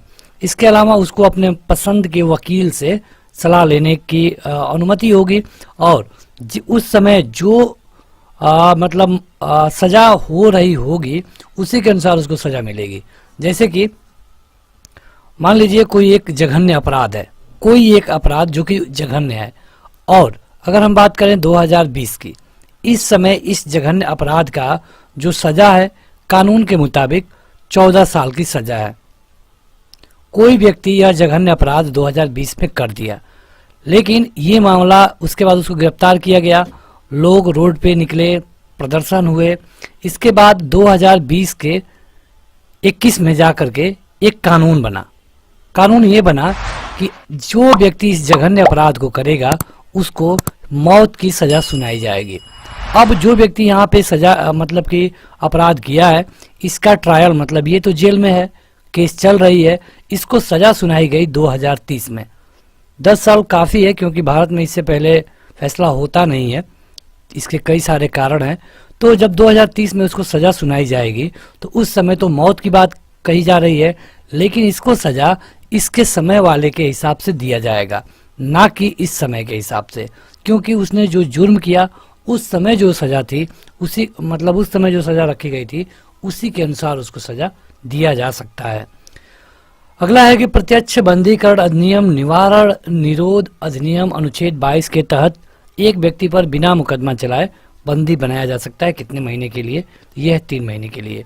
कई जगह राष्ट्रीय सुरक्षा कानून लगते हैं देश भर में, तो वहाँ पे अगर कोई व्यक्ति लगता है कि ये समाज के लिए ठीक नहीं है, इसको नहीं पकड़ा गया तो कुछ गलत कर देगा, अभी वो जुर्म नहीं किया है, जुर्म करने से पहले आप उसे रोक सकते हैं, 3 महीने के लिए रख सकते हैं। लेकिन अगर आप 3 महीने से अधिक रखना चाहते हैं तो आपको कोर्ट से परमिशन लेनी पड़ेगी। वह प्रलेख जिसे किसी व्यक्ति की स्वतंत्रता का महानतम रक्षक माना जाता है, यह है बंदी प्रत्यक्षीकरण। बंधुआ मजदूर उन्मूलन अधिनियम संसद ने कब पारित किया? ये किया सन 1976 में। मतलब आप किसी को बंधुआ नहीं बना के रख सकते। अगला है कि भारत के किसी धार्मिक संप्रदाय समुदाय को यदि राष्ट्रीय स्तर पर अल्पसंख्यक वर्ग का दर्जा दिया जाता है तो वह निम्न विशेष लाभों का हकदार होगा। किसी को भी अगर अल्पसंख्यक कहा गया तो उसको कई सारे लाभ मिलते हैं। वह अपने संस्थानों की स्थापना कर सकता है, उनका संचालन कर सकता है, वह प्रधानमंत्री के जो 15 सूत्रीय कार्यक्रम है इसका भी लाभ पा सकता है। जैसे हमारे यहाँ अल्पसंख्यक कौन है?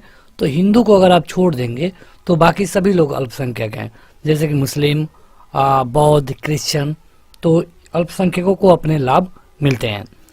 दोष सिद्धि के संबंध में अभियुक्तों को दोहरे दंड एवं स्व अभिशंसन के संरक्षण प्रदान करता है, यह आर्टिकल 20।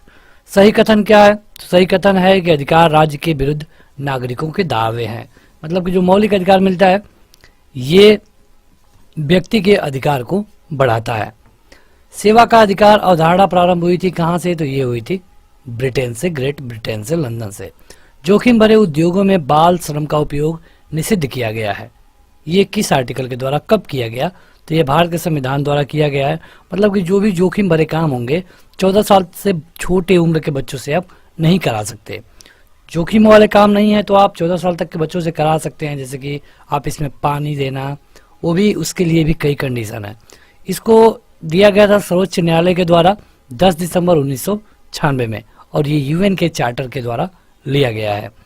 मौलिक अधिकार जो कि केवल भारत के नागरिकों को मिलता है, यह है भेदभाव के विरुद्ध अधिकार, देश भर में स्वतंत्र भ्रमण की स्वतंत्रता और चुनाव लड़ने का अधिकार केवल भारत के नागरिकों को। अगर कोई विदेशी है, यहाँ पे आया है घूमने के लिए, काम करने के लिए, तो उसको ये अधिकार नहीं मिलेंगे। अगला है कि मूल अधिकारों से संबंधित निर्णयों का सही कालानुक्रम कौन सा है? मूल अधिकार में कई सारे केस हुए थे। पहले आया A.K. गोपालन बनाम मद्रास राज्य, उसके बाद गोलकनाथ बनाम पंजाब राज्य, उसके बाद केशवानंद भारती बनाम केरल राज्य, इसके बाद मिनवा मिल्स बनाम भारत संघ। देखिए ये केशवानंद वाले को कई बार पूछा गया है। केशवानंद में क्या है कि मौलिक अधिकारों को भी संशोधित किया जा सकता है आर्टिकल 368 के तहत।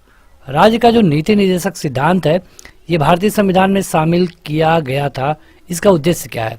जैसे कि जो आयरलैंड से लिया गया है नीति निर्देशक सिद्धांत, इसमें क्या है कि जो राज्य है वो अपने प्रजा के लिए कानून बनाती है, उनको उत्थान के लिए कानून बनाती है। यह है आयरलैंड से लिया गया नीति निर्देशक सिद्धांत।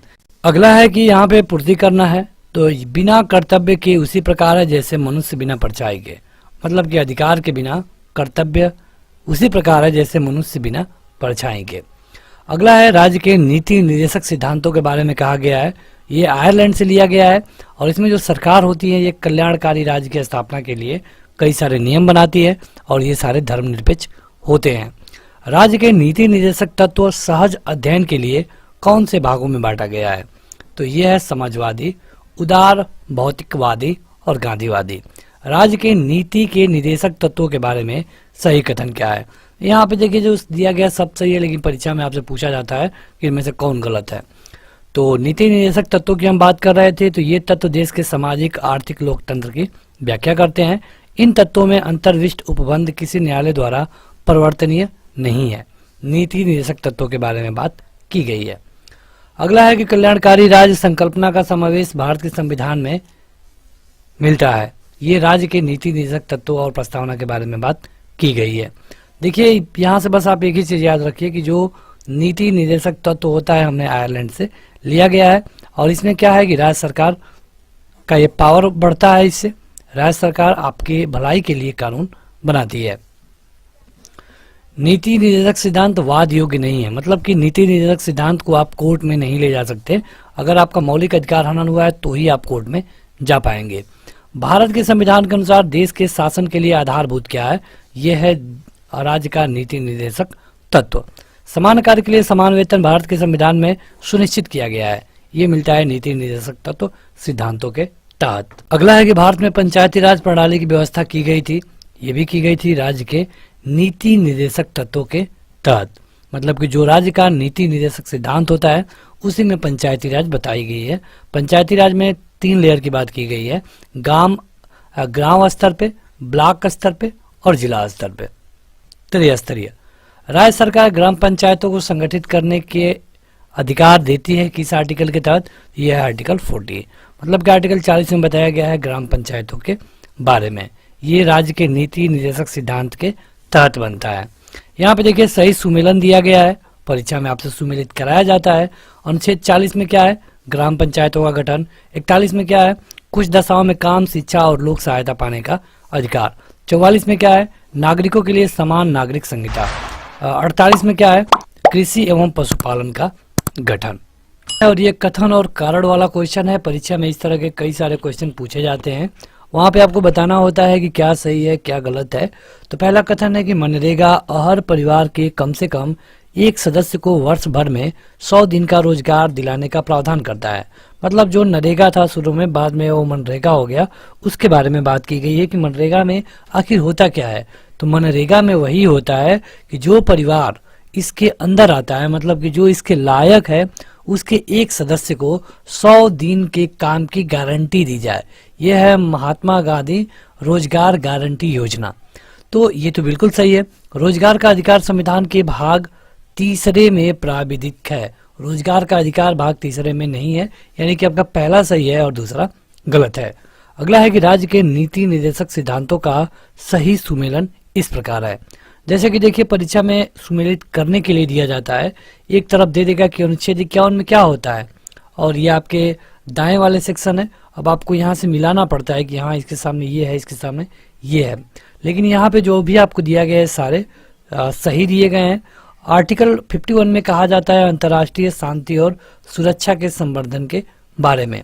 अनुच्छेद 43 क में कहा गया है उद्योगों में प्रबंध और कर्मकारों के भाग लेने के अधिकार के बारे में। और इसके अलावा 48 क में कहा गया है पर्यावरण संरक्षण, संवर्धन तथा वन्य तथा वन जीवों की रक्षा के बारे में। यहाँ पे देखिए अगर हम बात करें राज्य के नीति निर्देशक सिद्धांतों के बारे में, तो आपके सामने कुछ जो आर्टिकल हैं वो काफ़ी जरूरी हो जाते हैं, जिसमें से आर्टिकल अगर 38 से लेकर के और इसके अलावा जो 51 है, यहाँ पे इनके बीच के जो सारे आर्टिकल हैं वो आपको पता होना चाहिए। अगला है कि 42वें संविधान संशोधन के द्वारा किस अनुच्छेद के माध्यम से श्रमिकों को प्रबंध में भागीदारी सुनिश्चित की गई? तो यह है अनुच्छेद 43A। देखिए यहाँ पे हमने बात किया राज्य के नीति निर्देशक सिद्धांतों के बारे में, तो यहाँ पे हम आपको बताते हैं। सबसे पहले हम बात करेंगे आर्टिकल 38। इसमें क्या होता है कि राज्य लोक कल्याण के लिए सामाजिक, आर्थिक और राजनीतिक कानून बनाएगा जिससे कि राज्य के लोगों का भला हो। ये था 38। इसके अलावा 39 क, इसमें क्या है कि समान न्याय और निःशुल्क विधिक सहायता, समान कार्य के लिए समान वेतन मिलेगा। ये है 39 का पहला। इसके अलावा जो 39 का ख है, इसमें कहा गया है कि सार्वजनिक धन का स्वामित्व तथा नियंत्रण इस प्रकार किया जाएगा ताकि सार्वजनिक हित का सर्वोत्तम साधन हो सके। ये कौन है? ख वाला। इसके अलावा जो जरूरी है वो हम आपको बता रहे हैं। जो आर्टिकल 40 है, इसमें क्या है? ग्राम पंचायतों के बारे में बताया गया है। और भारत में जो ग्राम पंचायत है वो कितने लेयर पे काम करती है? 3 लेयर पे। पहला होता है गांव, दूसरा होता है ब्लॉक और तीसरा होता है डिस्ट्रिक्ट। इसके अलावा जो आर्टिकल 41 है, इसमें कहा गया है कि कुछ दशाओं में, हमेशा नहीं, कुछ दशाओं में व्यक्ति को काम, शिक्षा, इसके अलावा लोक सहायता का अधिकार होगा। लोक सहायता का अधिकार होगा। इसके अलावा जो आर्टिकल 42 है यानी कि 42, इसमें कहा गया है कि काम की न्याय संगत और मानव उचित दशाओं तथा प्रसूति सहायता करना सरकार का काम होगा। 43वें में कहा गया है कि कामगारों के लिए निर्वाचन, मजदूरी तथा कुटीर उद्योग का प्रोत्साहन करना सरकार का काम होगा। इसके अलावा जो सबसे जरूरी है ये है 48 में कृषि और पशुपालन के बारे में बताया गया है। कृषि एवं पशुपालन। इसके अलावा जो आर्टिकल 49 है मतलब कि 49, इसमें कहा गया है कि जो भी राष्ट्रीय महत्व के स्मारक होंगे उनकी सुरक्षा करना सरकार की जिम्मेदारी होगी। इसके अलावा जो अगला है 50वां, इसमें कहा गया है कि कार्यपालिका और न्यायपालिका अलग अलग काम करेगी। मतलब कार्यपालिका न्यायपालिका का काम हस्तक्षेप नहीं करेगी और न्यायपालिका तो सर्वोपरि है, ये तो आपको पता ही है। हालांकि अगर आपसे ये पूछा जाए कि भारत में सबसे ज्यादा पावर किसको है या सबसे ज्यादा पावरफुल कौन है, तो भारत में संविधान ही सबसे ज्यादा पावरफुल है। संविधान के आधार पे ही supreme court, prime minister, president या फिर किसी भी व्यक्ति को चलना होता है। तो ये रहे कुछ नीति निर्देशक तत्वों के आर्टिकल जो कि आपसे कई बार पूछे जाते हैं। अगर आप एप्लीकेशन में जाएंगे तो ये आपको एक लिस्ट में मिल जाएगा, वहां जाकर आप इसे पढ़ सकते हैं। अगला है कि भारत के संविधान में अंतर्राष्ट्रीय शांति और सुरक्षा की अभिवृद्धि का उल्लेख किस आर्टिकल में मिलता है? मतलब कि किस आर्टिकल में कहा गया है? ये कहा गया है राज्य की नीति निर्देशक तत्वों में, और ये है आर्टिकल 51। आर्टिकल 51 जो कि राज्य के नीति निर्देशक तत्वों में है। देखिए अगर हम नीति निर्देशक तत्वों की बात करते हैं तो ये 36 से 51 तक है। इसके अलावा अगर हम मूल अधिकार की बात करते हैं तो ये कितने से कितने तक है, क्या आप बता पाएंगे? 12 से 35 तक। चलिए आप कमेंट करके बताइए नागरिकता किस आर्टिकल से किस आर्टिकल तक है? बताइए, आपके पास 5 सेकेंड होगा। नागरिकता यह है 5 से 11। अगला है कि संविधान जिनके शोषण के विरुद्ध अधिकार स्वीकृत करता है, ये कौन है? ये है बच्चे, स्त्रियां और जनजातियां। मतलब इनका अगर कहीं पर शोषण होता है तो आप इसके खिलाफ कोर्ट जा सकते हैं और संविधान के थ्रू आपका पूरा सहायता किया जाएगा। राज्य के नीति निर्देशक तत्व क्या है? तो ये है मद निषेध, गौ संरक्षण और पर्यावरण संरक्षण। राज्य के नीति निर्देशक सिद्धांत मौलिक अधिकारों से क्यों भिन्न है? क्योंकि जो नीति निर्देशक सिद्धांत होता है उसको राज्य लागू करता है, इसके खिलाफ आप कोर्ट नहीं जा सकते हैं। ये सरकार के पावर को बढ़ाता है। और जो मौलिक अधिकार है ये आपका अधिकार है, ये आपके पावर को बढ़ाता है और इसके खिलाफ आप कोर्ट जा सकते हैं। कहीं पर भी अगर आपके मौलिक अधिकार का हनन होता है तो आप कोर्ट जा सकते हैं, सुप्रीम कोर्ट या फिर हाई कोर्ट, बस 2 ही कोर्ट आप जा सकते हैं। आगे बढ़ते हैं तो अगला है कि गांधीवादी सिद्धांत जो कि राज्य के नीति निर्देशक तत्वों से प्रतिबिंबित होती है, ये क्या है? मतलब ये कौन ऐसा काम है जो कि नीति निर्देशक तत्वों में रखा गया है जो कि गांधीवादी सिद्धांत से प्रतिबिंबित मतलब कि उससे प्रेरित लगती है? तो यह है ग्राम पंचायतों का संगठित करना, ग्राम पंचायतों में कुटीर उद्योगों को प्रोत्साहित करना। देखिए आपसे अगर ये क्वेश्चन पूछा जाए कि राज्य के नीति निर्देशक तत्व कहाँ से लिए गए हैं तो क्या बताएंगे? आयरलैंड। लेकिन अगर ये पूछ लिया जाए कि मूल अधिकार कहाँ से लिए गए, मौलिक अधिकार, तो आपका उत्तर अमेरिका होना चाहिए। लेकिन अगर ये पूछा जाए कि मूल कर्तव्य कहाँ से लिया गया है, तो आपका उत्तर क्या होगा, ये आप हमें कमेंट करके बताइए कमेंट बॉक्स में। मूल अधिकार अमेरिका से, मूल कर्तव्य कहाँ से लिए गए हैं, ये आपको बताना है। अगला है कि राज्य के नीति निर्देशक सिद्धांतों में से वह कौन है जिसके बारे में संविधान शांत है। यह है प्रौढ़ शिक्षा। राज्य के नीति निर्देशक सिद्धांत जो कि संविधान में बाद में जोड़ा गया, यह है मुफ्त कानूनी सलाह। राज्य के नीति निर्देशक सिद्धांतों में सम्मिलित नहीं है सूचना का अधिकार, जिसको हम कहते हैं राइट टू इंफॉर्मेशन, जो लाया गया था 2005 में। सरकार थी मनमोहन सिंह की, मतलब कि यूपीए 1 गवर्नमेंट थी इस समय। अगला है कि नीति निर्देशक तत्व कौन है, मतलब कि यह है समान नागरिक संहिता, सभी व्यक्ति के से समान व्यवहार करना, ये नीति निर्देशक तत्व के अंतर्गत आता है। आगे बढ़ते हैं। अगला है कि राज्य के नीति निर्देशक तत्व सिद्धांत के अंतर्गत राज्य सुनिश्चित करने का प्रयास करेगा, मतलब कि राज्य क्या करेगा, क्या बताया गया है उसको सिद्धांत में, उसको बताया गया है कि पुरुष और महिला के समान कार्य हेतु समान वेतन मिलना चाहिए, जीविका उपार्जन हेतु पर्याप्त साधनों का समान अधिकार होगा, काम हेतु न्याय संगत और मानव उचित दशाएं होनी चाहिए। राज्य का नीति निर्देशक सिद्धांत एक ऐसा चेक है जो कि बैंक की सुविधा अनुसार अदा किया जाता है। यह कहा गया था किसके द्वारा, ये थे के.टी. शाह। भारतीय संविधान में मूल कर्तव्य शामिल किया गया किसके कहने पर, यह बनी थी एक सरदार स्वर्ण सिंह समिति। ये क्वेश्चन देखिए बहुत बार पूछा गया है, सरदार स्वर्ण सिंह समिति, ये क्वेश्चन बहुत बार पूछा गया है। और मूल कर्तव्य हमने कहां से लिया है, क्या आप बता पाएंगे, यूएसएसआर यानी कि रसिया से। भारत की प्रभुता, एकता और अखंडता की रक्षा करने के लिए और उसे अक्षुण्ण बनाए रखने के लिए मूल कर्तव्य को रखा गया है तीसरे स्थान पे। भारतीय संविधान के 42वें संविधान संशोधन विधेयक के द्वारा मूल कर्तव्यों को सम्मिलित किया जाता है किसमें, 51A में। देखिए अगर आप चाहते हैं कि आपको MCQs वाली वीडियो मिले, मतलब कि ऑब्जेक्टिव टाइप और प्रीवियस ईयर पेपर, तो आप हर रोज शाम को 8 बजे जुड़ करके देख पाएंगे। और इसके लिए जरूरी है कि आप इस चैनल को सब्सक्राइब करने के साथ बेल आइकन दबा लें और उसमें ऑल सेलेक्ट करें, ताकि आपको तुरंत नोटिफिकेशन मिल जाएगा। इसके अलावा अगर आप ऐप भी डाउनलोड किए हैं तो वहां पर भी आपको डेली अपडेट मिलता रहता है। सरदार स्वर्ण सिंह समिति 1976 के सदस्य कौन कौन थे, ये थे A.R. अंतुले, S.S. रे और C.M. स्टीफन। सरदार स्वर्ण सिंह समिति को मतलब कि यहाँ पे देखिए मूल कर्तव्य के लिए जाना जाता है। इनके सिफारिश पर ही मूल कर्तव्यों को संविधान में जोड़ा गया था। कब, 1976 में, 42वां संविधान संशोधन। ये सारा आपको याद होना चाहिए। देखिए जो हम संविधान संशोधन करते हैं ये आर्टिकल 368 के तहत करते हैं।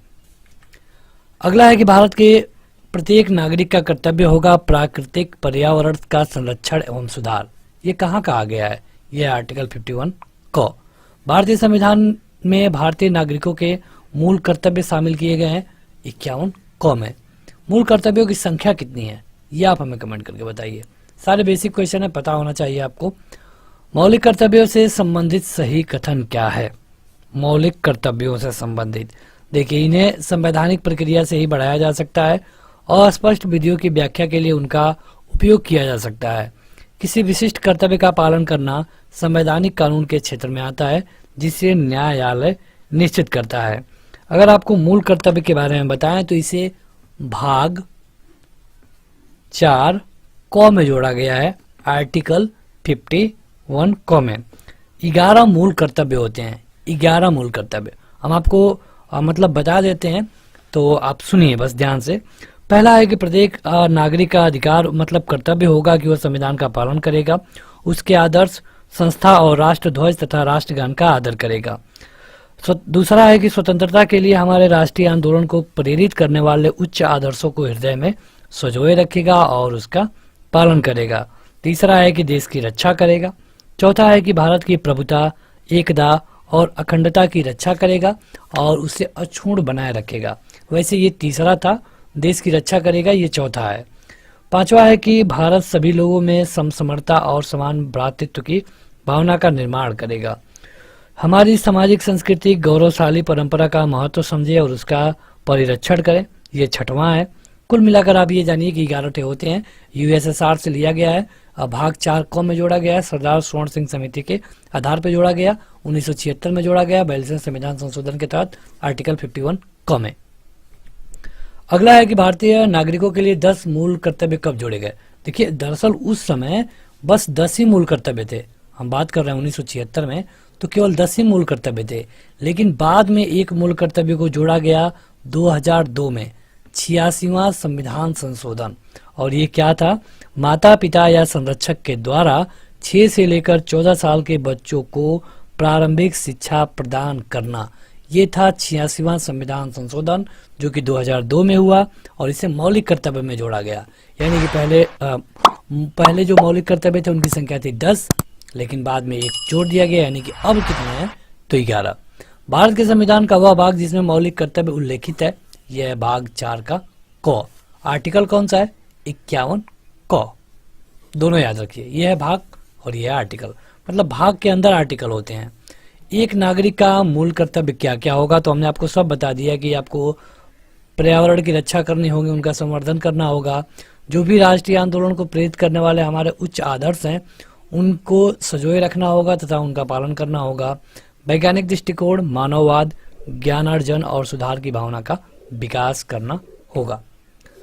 भारत का मौलिक कर्तव्य क्या है? तो ये बताता है कि हमें मिली जुली संस्कृति का पालन करना होगा और जो हमें विरासत मिली है उन्हें संरक्षित करना होगा। मौलिक कर्तव्य, वही एक ही क्वेश्चन देखिए बार बार रिपीट किया गया है। तो बस आपको करना क्या है कि मौलिक कर्तव्य के बारे में जो भी फैक्ट हमने बताया, इनकी संख्या 11 है। पहले 10 हुआ करती थी, 1976 में जोड़ा गया 42वें संविधान संशोधन के तहत सरदार स्वर्ण सिंह समिति के सिफारिश पे। तो अगला है कि भारतीय नागरिक का मूल कर्तव्य क्या है। भारतीय नागरिक का मूल कर्तव्य में देखिए, जब यहाँ पे ऑप्शन दिए होंगे तब आप इसको सही से कर पाएंगे और उसमें सही था वन्य प्राणी संरक्षण। सही कथन पूछा गया है, वैसे परीक्षा में सही नहीं दिए जाते हैं। 4 में से एक सही होगा, लेकिन यहाँ पे जो तीनों दिए गए हैं तीनों सही हैं। कि मूल कर्तव्य मौलिक अधिकार का भाग नहीं है, बिल्कुल सही है। मूल कर्तव्य अलग है, मौलिक अधिकार अलग है। इसके अलावा भारतीय संविधान के भाग 4 क में मौलिक कर्तव्य गिनाए गए हैं, बिल्कुल सही है। आर्टिकल 51 क में भी है। 51 एक के प्रत्येक नागरिकों के मौलिक कर्तव्य की व्याख्या करता है, बिल्कुल सही। इनकी संख्या 11, पहले 10 हुआ करती थी, बाद में 2002 में एक को जोड़ा गया। भारतीय संविधान में मौलिक कर्तव्य है 11। देखिए, आपको एक ही क्वेश्चन बार बार दिख रहा होगा। कारण ये है कि जितने क्वेश्चन आपके परीक्षा में जिस तरह से पूछे गए हैं, उन सबको यहाँ पे कवर किया गया है। एक तरफ से कवर किया जा रहा है। अगर आप सारी वीडियोज को देखेंगे तभी आपको मैक्सिमम बेनिफिट होगा। यहाँ पे देखिए, सुमेलित करने के लिए दिया गया है कि भाग 2 में क्या है। भाग 2 में नागरिकता है। नागरिकता मतलब कि 5 से 11, ये आर्टिकल हम बता रहे हैं। भाग 3 मूल अधिकार 12 से लेकर 35। भाग 4 राज्य का नीति निर्देशक तत्व, ये है 36 से लेकर 51। तो ये आप तीनों का आर्टिकल भी याद रख सकते हैं। भारत की प्रभुता, एकता और अखंडता को बनाए रखें और इसे छोड़ रखें, ये कहा गया है मूल कर्तव्य में। कथन है कि संघीय कार्यपालिका का मुखिया भारत का राष्ट्रपति होता है, ये बिल्कुल सही है। राष्ट्रपति की शक्तियों की कोई सीमा नहीं है, ये बिल्कुल गलत है। राष्ट्रपति की शक्तियां उतनी है ही नहीं, क्योंकि राष्ट्रपति की सारी शक्तियां कैबिनेट में जाके खत्म हो जाती हैं। जब भी कोई बड़ा फैसला लेना होगा, बिना कैबिनेट के अप्रूवल के राष्ट्रपति नहीं ले सकते हैं। भारतीय संविधान के भाग 4 क में मूल कर्तव्य दिया गया है। क्या क्या है मूल कर्तव्य? कई बार आपको बता चुके हैं, 11 इनकी संख्या है। भारत में राष्ट्रपति का निर्वाचन कैसे होता है? तो ये होता है अप्रत्यक्ष मतदान। प्रत्यक्ष क्यों नहीं? क्योंकि हम लोग उनका चुनाव नहीं करते हैं। उनका चुनाव किया जाता है किसके द्वारा, क्या आप बता पाएंगे? लोकसभा के मेंबर, मतलब कि जो चुने गए हैं, राज्यसभा के मेंबर जो चुने गए हैं, और विधायक विधानसभाओं के जो चुने गए हैं, ये लोग मिलकर के चुनते हैं प्रेसिडेंट को। देखिए, वहाँ का चुनाव कुछ अलग तरीके का होता है। वहाँ पे आपको एक लोग को नहीं, आप चाहें तो 2-3 लोगों को एक साथ मत दे सकते हैं। वहाँ पे 1, 2, 3 इस तरह लिखना होता है। पहले हम इनको चाहते हैं तो इस तरह, तो ये सिस्टम होता है। वैसे इसे हम प्रेसिडेंट वाले चैप्टर में अच्छे तरीके से कवर करेंगे। कथन है कि भारत का राष्ट्रपति अप्रत्यक्ष निर्वाचन प्रणाली से चुना जाता है, बिल्कुल सही है। यह निर्वाचन मंडल की व्यवस्था है जो कि संसद के दोनों सदनों और राज्य की विधानसभाओं के निर्वाचित सदस्यों को मिलाकर बनता है। दोनों सही है और ये इसका स्पष्टीकरण है। अभी हमने यहाँ पे आपको बताया था लोकसभा, राज्यसभा और विधायक जो कि निर्वाचित हो। अगला है कि राष्ट्रपति के निर्वाचन में राज्य का मुख्यमंत्री मतदान करने के लिए पात्र नहीं होता है। कब? हमने अभी कहा कि विधायक जी को मतलब अधिकार है कि वो राष्ट्रपति का चुनाव में जाकर मतदान करे, लेकिन कह रहा है कि कब राज्य का मुख्यमंत्री मतदान नहीं कर पाएगा। देखिए उसके एक ही कंडीशन है, क्योंकि मतदान करने के लिए उनको विधायक होना जरूरी है, वो भी विधानसभा का। थोड़ा अच्छे से समझेंगे तो ये समझ जाएंगे। अब आपको किसी किसी राज्य में विधानसभा और विधान परिषद मिलेगी। विधान परिषद, इसे हम उच्च सदन कहते हैं, इसे निम्न सदन कहते हैं। अब क्या होता है कि कोई भी व्यक्ति को हम सीएम बना देंगे, लेकिन जरूरी है कि ये व्यक्ति या तो विधान परिषद का मेंबर हो या फिर विधानसभा का मेंबर हो। किसी का भी मेंबर होगा तो उसे विधायक ही कहा जाएगा। कई बार क्या होता है कि जो लोग विधायक चुन करके आते हैं विधानसभा से, उनको ना बना करके किसी अन्य व्यक्ति को बना दिया जाता है। उदाहरण के लिए अगर आप देखेंगे तो 2020 की बात करें तो उत्तर प्रदेश में मुख्यमंत्री हैं योगी आदित्यनाथ।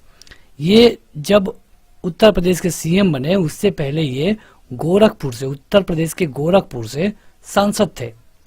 तो एक सांसद को सीएम कैसे बनाया जा सकता है?